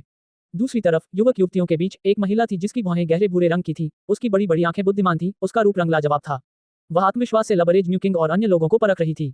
वह अचानक बोल पड़ी। चूंकि आप सभी 9 स्वर्गों और 10 पृथ्वियों के लोग हैं, क्या आपने हुआन के बारे में सुना है? म्यू किंग और बाकी लोग दंग रह गए। वह कौन थी? वह वास्तव में हुआन को खोज रही थी। शेहाव ने उसकी ओर देखा। यह महिला बेहद खूबसूरत थी, लेकिन वह थोड़ी अति आत्मविश्वासी थी, थोड़ा घमंडी भी थी। उसकी उम्र ज्यादा नहीं थी, फिर भी उसे अपनी उम्र और अनुभव पर थोड़ा गर्व था। मैंने उसके बारे में पहले भी सुना है। आप हुआन को क्यों ढूंढ रहे हैं? शेहाव ने पूछा। कोई चाहता है कि मैं उसकी जगह हुआन को संदेश भेजूं। यही कारण है कि मैं एओचेंग अमर राजा के वंशजों के साथ इस क्षेत्र में आई हूँ। पीले कपड़े पहने यह महिला तीखी और स्पष्ट आवाज में बोली, उसकी आंखें चमकीली थीं। मैं ही हुआन हूँ, आप बोल सकते हैं, शेहाव ने कहा। दूसरी तरफ तुरंत ही हंगामा मच गया। वहां स्पष्ट रूप से ऐसे लोग थे जिन्होंने उसका नाम पहले सुना था। यहाँ तक कि 2 महान सर्वोच्च व्यक्तियों ने भी आश्चर्य व्यक्त किया। इस बीच पीले कपड़े वाली वह महिला और भी हैरान हो गई। वह उसे घूरती रही। अंत में उसने अपने पैर हिलाए, इस तरफ बढ़ी। उसने धीरे से कहा, चलो किनारे पर बात करते हैं। शीहाव भावशून्य होकर उसके पीछे चलता रहा। मेरे गुरु का नाम किंग यी है, जिन्हें यू चांद भी कहा जाता है। मैं उनकी शिष्या लुओ लिन हूँ। पीले वस्त्र वाली महिला लुओ लिन ने सीधे तौर पर अपनी उत्पत्ति बताते हुए कहा। शेहाव की अभिव्यक्ति अब बदल गई। उसे कभी उम्मीद नहीं थी कि वह वास्तव में किंग यी की शिष्या होगी। हालांकि उसकी प्रतिभा वास्तव में काफी असाधारण थी। वह उसके आत्मविश्वास को महसूस कर सकता था। यहाँ तक कि उसका सामना करते समय भी उसमें अभी भी एक प्रकार का अहंकार था। कई साल हो गए हैं, मेरी मालकिन चाहती थी कि मैं उनके घर संदेश लेकर जाऊं, किसी पुराने दोस्त के बारे में पूछूं। लुओ लिन ने कहा। उसकी आंखें हिल रही थीं। जब वह यहाँ तक बोली तो वह रुक गई। और शीहाव ने पूछा, इसके अलावा मेरे गुरु एओचेंग अमर राजा के प्रत्यक्ष वंशज का अनुसरण करना चाहते हैं, युवा महान के साथ दाव साथी बनना चाहते हैं। इस तरह बोलते हुए लुओ लिन की बड़ी आंखें चमक उठी। ये वो शब्द हैं जो किंग यी चाहती थी कि तुम मुझे बताओ। शीहाव ने उसकी ओर देखा। वे हैं। लुओ लिन ने अपना सिर उठाया, उसका स्वर अभिमानी और दृढ़ था। शीहाव ने पीछे मुड़कर जाना चाहा, अब उसने उस पर कोई ध्यान नहीं दिया। इसका क्या मतलब है? क्या ऐसा हो सकता है कि आप कुछ भी कहना नहीं चाहते? क्या आपको नहीं लगता कि आपको मेरे गुरु को कुछ आशीर्वाद देना चाहिए? लुओ लिन असंतुष्ट था, पीछे से चिल्ला रहा था। शेहाओ ने पलटकर उसे ठंडे अंदाज में देखा और कहा, चाहे किंग कितनी भी बेरहम क्यों न हो, वो तुम्हें इस तरह का संदेश नहीं सुनाने देगी। अपने गुरु को धोखा देकर और अपने पूर्वजों को इस तरह नीचा दिखाकर क्या तुम्हें डर नहीं लगता कि मैं तुम्हें यहीं मार डालूंगा? क्या धोखेबाज गुरु, पूर्वजों को नीचा दिखा रहे हो, तुम पूरी तरह से अनुचित हो। अगर तुम अभी भी अपने दोस्तों को संजोते हो तो तुम्हें मेरे गुरु को आशीर्वाद देना चाहिए। लू लिन ने कहा। शेहाओ का चेहरा डूब गया, सर्वोच्च सत्ता की आभा की किरणें तुरंत घूम गईं। यहाँ तक कि स्वर्ग और पृथ्वी भी हिल गए। इस महिला का चेहरा तुरंत पीला पड़ गया, उसका पूरा शरीर कांप उठा, ऐसा लग रहा था जैसे प्रलय का दिन आ गया हो। ये दबाव उसके लिए सहन करना कठिन था, वह तुरंत कमजोर होकर जमीन पर गिर पड़ी, पूरे शरीर में कांप उठी। वह चौंक गई और घबरा गई। इस क्षेत्र में उसके साथ वास्तव में ऐसा ही व्यवहार किया गया था। उसी समय वह घबरा रही थी। हुआंग वास्तव में इतना शक्तिशाली था, उसे लग रहा था कि वह अमर क्षेत्र के सर्वोच्च प्राणियों से भी अधिक भयानक था। मैं तुम्हारे गुरु, तुम्हारे वरिष्ठ का बहुत करीबी हूँ। मेरे सामने तुम अभी भी दिखावा कर रहे हो, अहंकार से भरे हुए हो, यहाँ तक कि मुझे धोखा देने की इच्छा रखते हो। अगर तुम अपने गुरु का सम्मान नहीं करते तो मैं तुम्हें एक ही वार में मार देता। शेहाओ ने ठंडे स्वर में कहा। मेरे स्वामी वास्तव में एओचेंग अमर राजा के वंशज के साथ एक आदर्श जोड़ी है, स्वर्ग में बनी जोड़ी। क्या आप ऐसा नहीं चाहते हैं? लू लिन ने अपने दांत भींचे, खुद को संभालते हुए ये कहा। इसके अलावा उसने कहा, अगर मैं तुम्हारी जगह होती तो मैं दूसरों को खुशी हासिल करने में मदद करती। दाऊ दोस्त, अपने से कमजोर लोगों को इस तरह से धमकाना अच्छा नहीं है ना? दूसरी तरफ उस मध्यम आयु वर्ग के सर्वोच्च प्राणी ने बात की, उसकी अभिव्यक्ति थोड़ी ठंडी थी। अपने स्वामी के साथ अपने रिश्ते के सम्मान के कारण मैं आपसे ज्यादा झगड़ा नहीं करूंगा। शेहाओ ने पलटकर देखा, अब उस पर कोई ध्यान नहीं दिया, अपने सर्वोच्च आभा को नियंत्रित किया। गुरुजी, यह क्या है? उस औरत ने क्या कहा? लाल अजगर ने पूछा। ऐसा इसलिए था क्योंकि वे दोनों आध्यात्मिक इंद्रियों से संवाद करते थे, अन्य लोग इसे सुन नहीं सकते थे। एक पुराने मित्र का शिष्य। शीहाओ ने अपना सिर हिलाया। हुआंग, तुम बहुत आगे जा रहे हो। लुओली थोड़ा नाराज होकर खड़ी हो गई। वह अमर क्षेत्र से आई थी, भले ही उसकी साधना हुआंग के बराबर न हो, लेकिन इस हद तक दबा दिया जाना कि वह पूरी तरह से कांप रही थी, फिर भी उसे अपमानित महसूस हो रहा था। चूंकि तुम सच में मेरे गुरु के पुराने दोस्त के शिष्य हो तो तुम उनका सम्मान क्यों नहीं करते? लाल ड्रैगन चिल्लाया। अतीत में वह वास्तव में अपने इस सस्ते गुरु को स्वीकार करने के लिए तैयार नहीं था, लेकिन इन वर्षों में उसने धीरे धीरे बदलाव किया, लंबे समय तक उसे स्वीकार किया। आप हुआंग के शिष्य हैं? लाल ड्रैगन को देखकर लुओलिन आश्चर्यचकित था। दुस्साहसी, तुमने फिर से अनादर के साथ काम करने की हिम्मत की। सीधे मेरे मालिक का नाम पुकारते हुए क्या तुम्हें लगता है कि सिर्फ इसलिए कि तुम अमर क्षेत्र से हो तुम अहंकार से घूम सकते हो? लाल ड्रैगन ने डांटा। हम वास्तव में आपके राज्य से अधिक शक्तिशाली हैं। लुओलिन ने अहंकार से कहा। मेरा मालिक तुम्हारे स्तर तक खुद को नहीं गिराएगा, इसलिए मैं उसकी जगह तुम्हें सबक सिखाऊंगा। लाल ड्रैगन का गुस्सा कितना उग्र था। अतीत में वह हमेशा अपने मालिक से झगड़ता था। स्वाभाविक रूप से उसके पास इस महिला को दिखाने के लिए कोई अच्छी अभिव्यक्ति नहीं थी। तुम्हें लगता है कि मैं तुमसे डरता हूँ? तुम हुआंग के शिष्य हो, इसलिए मैं आज तुम्हारे खिलाफ ही लड़ूंगा। लुओलिन ने ठंडी हंसी हंसते हुए सीधे हमला करने की पहल की। दिव्य प्रकाश फूट पड़ा, महान दाव पैटर्न घनीभूत रूप से प्रकट हुए। वह बिजली की एक किरण की तरह आगे बढ़ी, लाल ड्रैगन के खिलाफ एक महान लड़ाई लड़ी। वह वाकई बहुत ताकतवर थी, लेकिन दुर्भाग्य से उसे लाल ड्रैगन का सामना करना पड़ा। कई दर्जन चालें चलने के बाद फीनिक्स के पंखों के प्रहार ने उसे तब तक मारा जब तक कि वह खून नहीं उगलने लगी और बाहर की ओर उड़ गई। लुओलिन हैरान था, उसे यह स्वीकार करना मुश्किल लग रहा था। मैंने शुरू में सोचा था कि तुम कम से कम मार तो झेल सकते हो। सच में मैंने तुम्हारी क्षमताओं को ज्यादा आंका था। लाल ड्रैगन ने ठंडे स्वर में कहा। एक और दिव्य प्रहारक पत्थर, शी जोंग और अन्य लोग और भी अधिक जोर से हंसने लगे। दोस्त, तुम तो हद ही कर रहे हो। दूसरी तरफ सभी एओचेंग अमर राजा के वंशज थे। कोई व्यक्ति इस ओर चलता हुआ खड़ा था, लाल रंग के ड्रैगन का सामना करना चाहता था ताकि अपने पक्ष के लिए कुछ चेहरा वापस ला सके। आओ आओ आओ, तुम में से कौन इसे स्वीकार नहीं कर सकता? ये दादाजी से बातें यही हैं। जो लोग वहां से चले गए थे वे सेल्फ रिलीज रियल में थे, वे दिखने में बहुत युवा लग रहे थे। एक व्यंग्य के साथ उसने सीधे कार्रवाई की। इस बार लड़ाई और भी तेजी से खत्म हो गई। दिव्य प्रहारक पत्थर बहते हुए प्रकाश की एक धार में बदल गया, जो टूटकर बिखर गया। ये पहले से ही एक बहुत बड़ा खजाना था, एक सामान्य व्यक्ति इसे कैसे रोक सकता था? पिंग, यह एक बहुत बड़ा पत्थर बन गया और उस व्यक्ति की पीठ पर जा गिरा। वह व्यक्ति सीधा नीचे गिरा और उसके मुंह और नाक से खून बहने लगा।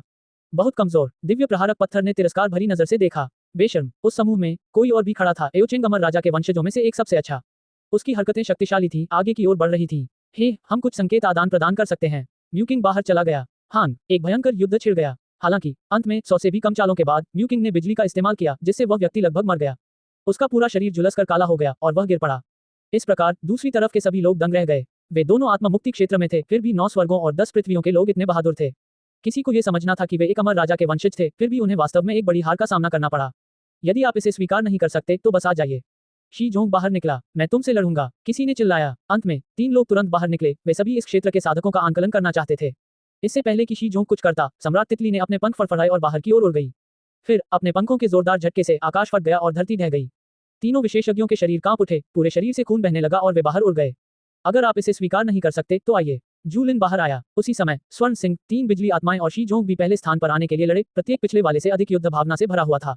यहाँ तक कि स्वर्गीय सींग वाली चींटी भी पीछे थी। दूसरी तरफ सभी लोग पूरी तरह से अवाक रह गए, सचमुच स्तब्ध। ये लोग इतने शक्तिशाली क्यों थे? इन अमर राजा वंशजों को वास्तव में हार का सामना करना पड़ा, उनका कोई मुकाबला नहीं था। लुओलिन पूरी तरह से अविश्वास में स्तब्ध था। वह वास्तव में इस लोक के प्राणियों को नीची दृष्टि से देखती थी, लेकिन उसने जो देखा उसने उसकी सारी जानकारी को पूरी तरह से नष्ट कर दिया। हालांकि वह जानती थी कि उसके गुरु का करीबी दोस्त एक स्वर्ग रूपी आकृति है, लेकिन जब उसने इसे अपनी आंखों से देखा तो वह फिर भी डर गई। उस व्यक्ति ने जो शिष्य चुने थे वे बहुत डरावने थे। उनका मानना था कि ये आत्मा मुक्ति क्षेत्र के सभी व्यक्ति शेहाव के शिष्य थे। हालांकि ये पूरी तरह से गलत भी नहीं था। इन लोगों को ठीक यही शिक्षा शेहाव ने दी थी। अध्याय 1885 बेजोड़ बीज की अंतिम मंजिल। अमर क्षेत्र के लोग थोड़े हैरान थे, ऐसा क्यों लग रहा था कि सब कुछ उलट गया है। दूसरी तरफ वे जीव उन पर नीचे की ओर देख रहे थे, जैसे कि उन्हें कोई ऐसा शिकार दिख गया हो जो उन्हें पसंद हो। वे आओचेंग अमर राजा के वंशज थे, फिर भी उन्हें तिरस्कार दिखाया गया, कोई महत्व नहीं दिया गया। उनकी नजर में ये सिर्फ एक घटिया सेना थी। एक चट्टान से लेकर एक तितली, फिर एक शेर, यहाँ तक कि एक चींटी, ये कैसा संयोजन था। फिर भी वे वास्तव में दमित थे। हालांकि वे इसे स्वीकार नहीं कर सके, लगातार विशेषज्ञों को भेजते रहे, लेकिन वे सभी तुरंत ही धराशायी हो गए, कोई मुकाबला नहीं। इससे इन लोगों के चेहरे जल उठे, ऐसा लगा जैसे उनका कोई चेहरा ही नहीं बचा है। अरे क्या अब तुम सब आश्वस्त हो गए हो? अगर नहीं तो बस सब मिलकर मेरे पास आओ, मैं शिबातियन तुम सबका मुकाबला करूंगा। दिव्य प्रहारक पत्थर ने चुनौती दी और आंखें घुमाते हुए चिल्लाया। ये निश्चित रूप से लोगों को भड़काने में माहिर था, यह इसका स्वाभाविक स्वभाव था। तुम निश्चित रूप से युवाओं के एक समूह के चेहरे पर बदसूरत भाव थे, सभी ने अपनी मुठ्ठियां कस ली थीं। कुछ लोग खुद को रोक नहीं पाए और बाहर भागना चाहते थे। अगुवाई में मौजूद अधेड़ उम्र के सर्वोच्च व्यक्ति ने एक जोरदार खर्राटा छोड़ा, जिससे वे लोग रुक गए। अगर वे वाकई भागकर बाहर निकल गए और उस चट्टान से गिर गए तो यह और भी शर्मनाक होगा। हमारे 4 भाई आप सभी से लड़ेंगे, आप सभी जितने चाहें उतने भेज सकते हैं। दूसरी तरफ से 4 लोग आए, उनकी शक्ल एक जैसी थी, 4-4। पेंग काओ यूशिंग जो पीछे छिपा हुआ था और कार्रवाई करने को तैयार नहीं था, उसे स्वर्गीय सींग वाली चींटी ने बाहर निकाल दिया। मादरचोद, किसने मुझे लात मारी? मैंने बाहर निकलने का विकल्प नहीं चुना, काओ यूशिंग चिल्लाया। अमर क्षेत्र के साधक तुरंत हंसने लगे। आखिरकार उन्हें एक अधिक सामान्य साधक का सामना करना पड़ा। अगर वे सभी संघ की होते तो यह वाकई पागलपन होता। तुम हमारे खिलाफ लड़ना चाहते हो? उन चारों ने व्यंग्य किया। उसी समय वे तेजी से आगे बढ़े और काओ यूशिंग को चारों ओर से घेर लिया, जैसे कि वे एक इकाई हों। रुको, अगर तुम्हें कुछ कहना है तो हम बात करके बता सकते हैं, फैटी काओ चिल्लाया। बहुत देर हो चुकी है। चारों भाई ठंडे स्वर में हंसे। वे सिर्फ अपनी प्रतिष्ठा वापस पाने के लिए ही बाहर निकले थे, वे सिर्फ जीत सकते थे। वे इसे कैसे जाने दे सकते थे? ची, हालांकि जब वे आगे बढ़े तो ये हानिरहित फैटी काओ अचानक से हरकत में आ गया, उनसे भी ज्यादा तेजी से। उसके शरीर के भीतर के प्रतीक आपस में जुड़ गए, तलवार की ऊर्जा अंतहीन रूप से बाहर निकल रही थी। तीसरा हत्यारा गठन। ये फैटी काओ के शरीर के भीतर की रचना थी, जो उसके मांस और हड्डियों में उकेरी गई थी, उसके शरीर को माध्यम के रूप में इस्तेमाल करते हुए। ये वह रास्ता था जिस पर वह चला। ये बहुत अचानक हुआ, उसके शरीर से बाहर की ओर फैल गया। महान संरचना प्रतीकों ने सब कुछ घनीभूत रूप से ढक लिया। उस पल में ऊपर का आकाश और नीचे की धरती ढक गई। अराजक धुंध उमड़ पड़ी, तलवार की ऊर्जा बह निकली। चारों भाई मारे गए, उनमें से हर एक पर तलवार की ऊर्जा का असर हुआ। अगर उनकी प्रतिक्रियाएं तेज नहीं होती, जल्दी से पीछे नहीं हटती, तो परिणाम अकल्पनीय होते। पेंग, वे चारों गिर पड़े, उनके पूरे शरीर खून से लथपथ थे, चोटें भयानक थी, ये सब तलवार की शक्ति से लगी थी। अगर कोई और होता तो वे निश्चित रूप से मारे जाते। सब अवाक रह गए। यह मोटा आदमी स्पष्ट रूप से शक्तिशाली था, उसके शरीर में ऐसी भयानक संरचना अंकित थी, फिर भी वह इस तरह से दुबका हुआ था, बाघों को खाने के लिए सूअर बनने का नाटक कर रहा था, उन पर घात लगा रहा था। यहाँ तक कि म्यूकिंग, जूलिन और अन्य लोग भी काओ यूशिंग को देख रहे थे, उनके हाव भाव अजीब थे। यह मोटा आदमी वाकई कोई अच्छी चीज नहीं थी। शी हाओ भी कुछ अवाक था। यह मोटा आदमी स्पष्ट रूप से जीत सकता था, फिर भी वह इतना बेशर्म था, जिससे ये जीत अब उतनी शानदार नहीं लग रही थी। घृणित, बेशर्म, बदमाश, नीच व्यक्ति। चारों ने जोर से गालियां दी। सभी ने समस्या को देखा। उनके काले बाल झड़ गए, खून से सने हुए महिलाओं के शरीर प्रकट हो गए। ये 4 युवतियां थीं, जो अब अपना असली रूप प्रकट कर रही थीं। कोई आश्चर्य नहीं कि वे लगातार कसम खाते रहे। इस मोटे आदमी ने वास्तव में 4 सुंदरियों पर हमला किया। आप लोगों को मुझे पहले ही बता देना चाहिए था, मैं निश्चित रूप से अपना कोमल, सुरक्षात्मक पक्ष दिखाता। यहाँ लोग मुझे फूल राजकुमार कहते हैं। काओ यूशिंग ने वहां दिखावा किया। बहुत मोटा। चारों युवतियां उस पर थूकना चाहती थीं। काओ यूशिंग के चेहरे पर पूरी तरह से गंभीर भाव थे। वह बड़े कदमों से आगे बढ़ा, उन्हें सहारा देने की इच्छा से। शत्रुता को जीवित रखने के बजाय उसे खत्म करना बेहतर है। चारों युवतियां बहुत गुस्से में थीं। यह मोटा आदमी उनका फायदा उठाना चाहता था। दूसरी तरफ अमर डोमेन के लोग अवाक थे। यह मोटा आदमी वास्तव में ईमानदार नहीं था। अगर आपके पास कौशल है तो सीधे लड़ो, फिर भी उसने इतना भद्दा व्यवहार किया। फैटी काओ उदास होकर पीछे हट गया, क्योंकि उसने लोगों का गुस्सा भड़का दिया था। अमर क्षेत्र से कई युवा उसके पास आए और उसे घूरने लगे, जिससे वह उनका समर्थन करने की हिम्मत नहीं जुटा पाया। आओचेंग के वंशजों को लगा कि अब उनके पास कोई चेहरा नहीं बचा है। समझना होगा कि अभी अभी उन्होंने लगातार कई दौर की लड़ाई लड़ी, लेकिन वे सभी हार गए। भूल जाओ, उस अधेड़ उम्र के सर्वोच्च व्यक्ति ने एओचेंग परिवार के युवाओं को लड़ने से रोकते हुए कहा। इस बार वे पहले ही बहुत ज्यादा सम्मान खो चुके हैं। अगर यह खबर अमर क्षेत्र में वापस आ गई तो निश्चित रूप से हंगामा मच जाएगा। ये युवा पीढ़ी वास्तव में इतनी बदसूरत थी, वे सभी एक बड़ी हार का सामना कर रहे थे। बेशक वे इतने चिंतित नहीं थे, आखिरकार कबीले के सबसे शक्तिशाली उत्तराधिकारी यहाँ नहीं थे। वे सभी अमर क्षेत्र में थे, प्रत्येक अपनी पीढ़ी की देखरेख करते हुए एक पक्ष की रक्षा कर रहे थे। यह विशेष रूप से उनके युवा महान व्यक्ति के मामले में था, और भी अधिक अमर राजा की सच्ची शिक्षाओं को प्राप्त करने के लिए। उसके पास असाधारण जादुई शक्ति थी, जो अपने सभी साथियों को नीचा दिखाने में सक्षम थी। आज उनके साथ एक अच्छा युवा उत्तराधिकारी भी था, जो एओचेंग परिवार के युवा महान व्यक्ति का छोटा भाई था। वह भी युवा था। स्वर्गीय देवता क्षेत्र में उसे विलय के लिए एक परिपूर्ण दाव बीज की आवश्यकता थी। उस नौजवान की प्रतिभा असाधारण थी, उसके पास 1000 साल पहले के अपने भाई की शैली थी। भविष्य में वह निश्चित रूप से शानदार और बेजोड़ होगा, बस वह अभी तक बड़ा नहीं हुआ था, अभी भी आत्मा मुक्ति क्षेत्र से बहुत दूर था, इसलिए वह भी लड़ नहीं सकता था। दाव मित्र, हम दोनों कुछ संकेतों का आदान प्रदान क्यों न करें? मध्यम आयु वर्ग के सर्वोच्च प्राणी ने आगे बढ़ते हुए कहा। ये ठीक है, शी हाओ ने कहा, उसके शब्द अत्यंत सरल थे। हान, मध्यम आयु वर्ग के सर्वोच्च प्राणी ने कार्रवाई की, एक सर्वोच्च प्राणी जादुई छाप को संघनित किया और शे हाओ की ओर प्रहार किया, जिसकी शक्ति वास्तव में भयावह थी। हालांकि शे हाओ ने इससे बचकर नहीं निकला, बल्कि शक्तिशाली तरीके से आगे बढ़ा। उसने अपना बड़ा हाथ आगे बढ़ाया, स्वर्ग और पृथ्वी को ढांकते हुए आगे की ओर दबाते हुए, इस अधेड़ उम्र के सर्वोच्च व्यक्ति को ढांकते हुए। कई लोगों की नजर में वह अपने प्रतिद्वंद्वी को थोड़ा कम आंक रहा था, वास्तव में ये लापरवाही थी। सामान्य तौर पर ये कुछ ऐसा था जो केवल ऐसे व्यक्ति करते थे जो बहुत मजबूत होते थे। हालांकि इस मध्यम आयु वर्ग के सर्वोच्च व्यक्ति की आंखें बर्फ की तरह ठंडी हो गईं। उसके जादुई प्रक्षेपण ने स्वर्ग और पृथ्वी को भर दिया, शरीर लगभग आकाश जितना ऊंचा था, शी हाओ पर भयंकर हमला कर रहा था। हालांकि वह एक मुश्किल में फंस गया था, उसका शरीर रुक गया था। आकाश में बड़ा हाथ नीचे उतरा, जिससे उसका जादुई प्रक्षेपण सिकुड़ गया, उसी तरह जमीन पर गिर गया। वह बिल्कुल भी हिल नहीं सकता था, यहाँ तक कि उसने जो छाप दिखाई थी वह भी धुंधली और प्रकाशहीन हो गई थी, तथा उसकी सर्वोच्च शक्ति भी समाप्त हो गई थी। सभी लोग अवाक रह गए, ये दृश्य देखकर स्तब्ध रह गए। शे हाओ ने केवल एक बड़े हाथ का इस्तेमाल किया, फिर भी उसे इस तरह जमीन पर कुचल दिया गया, जैसे कि एक विशाल ड्रैगन चलने वाले जानवरों को डरा रहा हो। ची, दिव्य प्रकाश टिमटिमाया। दूसरे व्यक्ति ने इस डर से कार्रवाई की कि शी हाओ क्रूरता से काम करेगा, निर्णायक रूप से उसका वध करेगा, सबसे शक्तिशाली कीमती तकनीक का उपयोग करके जो उसने समझी थी। हालांकि शे हाओ की हरकतें सरल और सीधी थी, उसने एक और बड़ा हाथ बढ़ाया। होंगलों की आवाज के साथ, डेजा वू की तरह, ये व्यक्ति एक बार फिर दबा दिया गया, बिल्कुल भी हिलने में असमर्थ। सब लोग भयभीत हो गए। आखिर ये कैसी तरकीबें थीं? ये तो एक अकेला व्यक्ति था, फिर भी उसने दो महान सर्वोच्च व्यक्तियों को आसानी से वश में कर लिया। किंगी की शिष्या लुओ लिन का मुंह खुला का खुला रह गया, वह पूरी तरह से स्तब्ध थी। पहली बार उसे समझ में आया कि उसके गुरु ने जिस व्यक्ति के बारे में बात की थी, वह कितना भयानक था। वह एक दरिद्र प्राचीन क्षेत्र में था, फिर भी उसके पास ऐसी दिव्य क्षमताएं थीं, जो अमर क्षेत्र के लोगों को डराती थीं। ये बहुत आसान था, लुओ लिन पूरी तरह से घबरा गया। दूसरे पक्ष ने ऐसे ही कार्रवाई की, कोई भी कुछ नहीं कर सका। दो महान सर्वोच्च प्राणी कोई बल नहीं लगा सके, एक इंच भी हिलने में असमर्थ। उनका समूह भयभीत हो गया, उन्हें चिंता होने लगी कि शे हाओ बहुत बड़ा नरसंहार करेगा। यहाँ का माहौल तुरंत तनावपूर्ण हो गया। अगर शे हाओ ने वाकई कोई कदम उठाया तो वे निस्संदेह मर जाएंगे, इसलिए ये सभी लोग आशंकित थे। जब इतने शक्तिशाली सर्वोच्च व्यक्ति का सामना करना पड़ा, तो वे उस व्यक्ति की उंगली भी नहीं रोक पाए। हालांकि जो अप्रत्याशित था वह यह था कि शी हाओ ने अपने हाथ वापस खींच लिए, जिससे दोनों सर्वोच्च प्राणी जाने लगे। एओचेंग परिवार के दो सर्वोच्च प्राणियों की भावनाएं जटिल थीं। सच्चे अमर लोगों के अलावा इतने सालों के बाद नश्वर क्षेत्र में कौन उन्हें इस तरह से वश में कर सकता था? उनके सामने खड़ा युवक बहुत भयानक था। सिर्फ एक हाथ से ही सर्वोच्च प्राणी को वश में किया जा सकता था, जिसके पास नश्वर दाव के भीतर बेजोड़ शक्ति थी।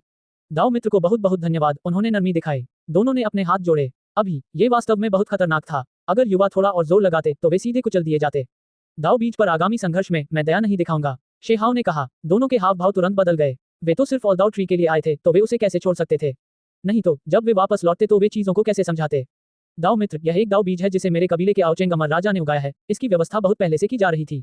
सर्वोच्च प्राणियों में से एक ने कहा। एक जन्मजात ऑल दाव ट्री, इसे कौन बढ़ा सकता है? इसे क्षमता के आधार पर जब्त किया जाएगा। शे हाओ की अभिव्यक्ति ठंडी थी। दोनों पक्ष एक दूसरे के आमने सामने हो गए, जिससे माहौल तुरंत तनावपूर्ण हो गया। जाओ और उस वरिष्ठ व्यक्ति से पूछो कि यह ऑल दाव वृक्ष वास्तव में किसने लगाया था। शे हाओ ने फिर कहा। तैरते हुए द्वीप के बीच में एक कीमती पेड़ चमक रहा था, जो एक सच्चे ड्रैगन की तरह घूम रहा था। इसकी पुरानी छाल फटी हुई थी, इसकी शाखाओं पर 10,000 फल लगे हुए थे।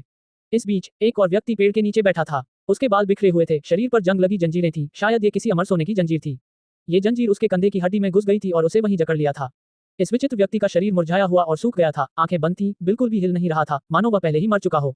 हालांकि शे हाओ को पता था कि वह अभी भी जीवित है। ऐसा इसलिए था क्योंकि जब वह 1000 साल पहले ऑल दाव ट्री को जब्त करना चाहता था, तो यह व्यक्ति पुनर्जीवित हो गया था, ये कहते हुए कि यह ऐसी चीज थी जिसका पहले से ही एक मालिक था। वरिष्ठ, कृपया जाग जाओ। हम एओचेंग अमर राजा के वंशज हैं, हम यहाँ दुनिया को झकझोर देने वाले दाव बीज के लिए आए हैं। एक मध्यम आयु वर्ग के सर्वोच्च प्राणी ने कहा। यकीनन इस व्यक्ति ने सचमुच अपनी आंखें खोली और जीवित हो गया। उसकी आंखें धुंधली थीं, उनमें चमक नहीं थी, उसका पूरा शरीर अनगिनत सालों से यहाँ बंद था, स्पष्ट रूप से दबा हुआ। ऐसा लगता है कि दूसरी वंशावली विफल हो गई, एओचेंग का मेल नहीं। अन्यथा ऑल दाव ट्री उनके वंश का होता। इस व्यक्ति की आवाज कर्कश थी, इस तरह बोलते हुए वह अनंत काल से यहीं दबा हुआ था, इस पेड़ की रक्षा के लिए। जब ये बड़ा हो जाएगा तो कोई इसे लेने आएगा। आओचेंग अमर राजा आकाश के नीचे बेजोड़ है। अतीत से लेकर वर्तमान तक बहुत कम लोग उसके खिलाफ लड़ सकते हैं, उस सर्वोच्च प्राणी ने कहा। हालांकि ये वास्तव में एओचेंग का नहीं है, बल्कि एक अन्य अमर राजा का है, जो मूल रूप से उसके वंशजों के लिए छोड़ा गया था। ऐसा लगता है कि उस वंश को संभवतः छोटा कर दिया गया है। इस रहस्यमय व्यक्ति ने आह भरी। इस बुजुर्ग ने अचानक अपना सिर उठाया। उसके शरीर पर लगी जंग लगी सारी जंजीरें शोर से सरसरा उठी। उसने शे हाओ को घूर कर देखा। मैंने कभी नहीं सोचा था कि इतनी कम उम्र में होने के बावजूद तुम पहले से ही मॉर्टल दाव में बेजोड़ हो गए हो। मैंने तुम्हें पहले भी देखा है, इसे एक तरह की नियति माना जा सकता है। ये तुम्हारा है। जब वह यहाँ तक बोला तो उसके शरीर पर लगी लोहे की जंजीरें कच की आवाज निकालकर टूट गईं। फिर एक तरह का परिवर्तन हुआ। वह खड़ा हो गया, जबकि ऑल दाव ट्री उखड़ गया और शी हाओ की ओर उड़ गया। इससे सभी लोग अचंभित रह गए, ये बहुत अचानक हुआ था। शे हाओ ने एओचेंग के वंशजों के साथ संघर्ष भी नहीं किया, फिर भी ऑल दाव वृक्ष उसे उपहार में दिया गया। मैंने अपना वादा पूरा कर दिया है, इस पेड़ की तब तक रक्षा करूंगा जब तक ये बड़ा ना हो जाए। अब वापस जाने का समय है। ठीक इसी समय इस अस्त व्यस्त सन की व्यक्ति का पूरा शरीर अकड़ गया, वह फिर से बैठ गया और पत्थर बनने लगा। अंत में वह एक पत्थर की मूर्ति में बदल गया, जिसमें जीवन की सारी आभा गायब थी। वह पूरी तरह सूखने वाला था, वह ऐसे ही मरने वाला था। मैं तुम्हें और दाओ वृक्ष भेंट करता हूँ, कर्म वापस करने के लिए मुझे दफना दो। उस पत्थर की मूर्ति का सिर चमक रहा था, अत्यंत कमजोर, ऐसा कहते हुए। वरिष्ठ, आप कौन हैं? शी हाओ चौंक गया। मुझे इस दुनिया को बहुत पहले ही छोड़ देना चाहिए था, आज तक जबरदस्ती पकड़े हुए मेरा शरीर और दाव गायब होने के लिए नियत हैं। मैं केवल यही उम्मीद करता हूँ कि अनंत पीढ़ियों के बाद जिस पत्थर के कोर की ओर मैं मुड़ा हूँ, वो बुद्धि प्राप्त कर सके, एक बार फिर जीवन प्राप्त कर सके। उसकी आवाज कमजोर हो गई। क्या ये संभव था? बस उस समय पत्थर का कोर अब मैं नहीं रहूंगा और उसे दुनिया द्वारा स्वाभाविक रूप से पोषित प्राणी माना जा सकेगा। मैं केवल यही आशा करता हूँ कि वास्तव में पुनर्जन्म हो, कि वह एक दिन अतीत की बातों को याद कर सके।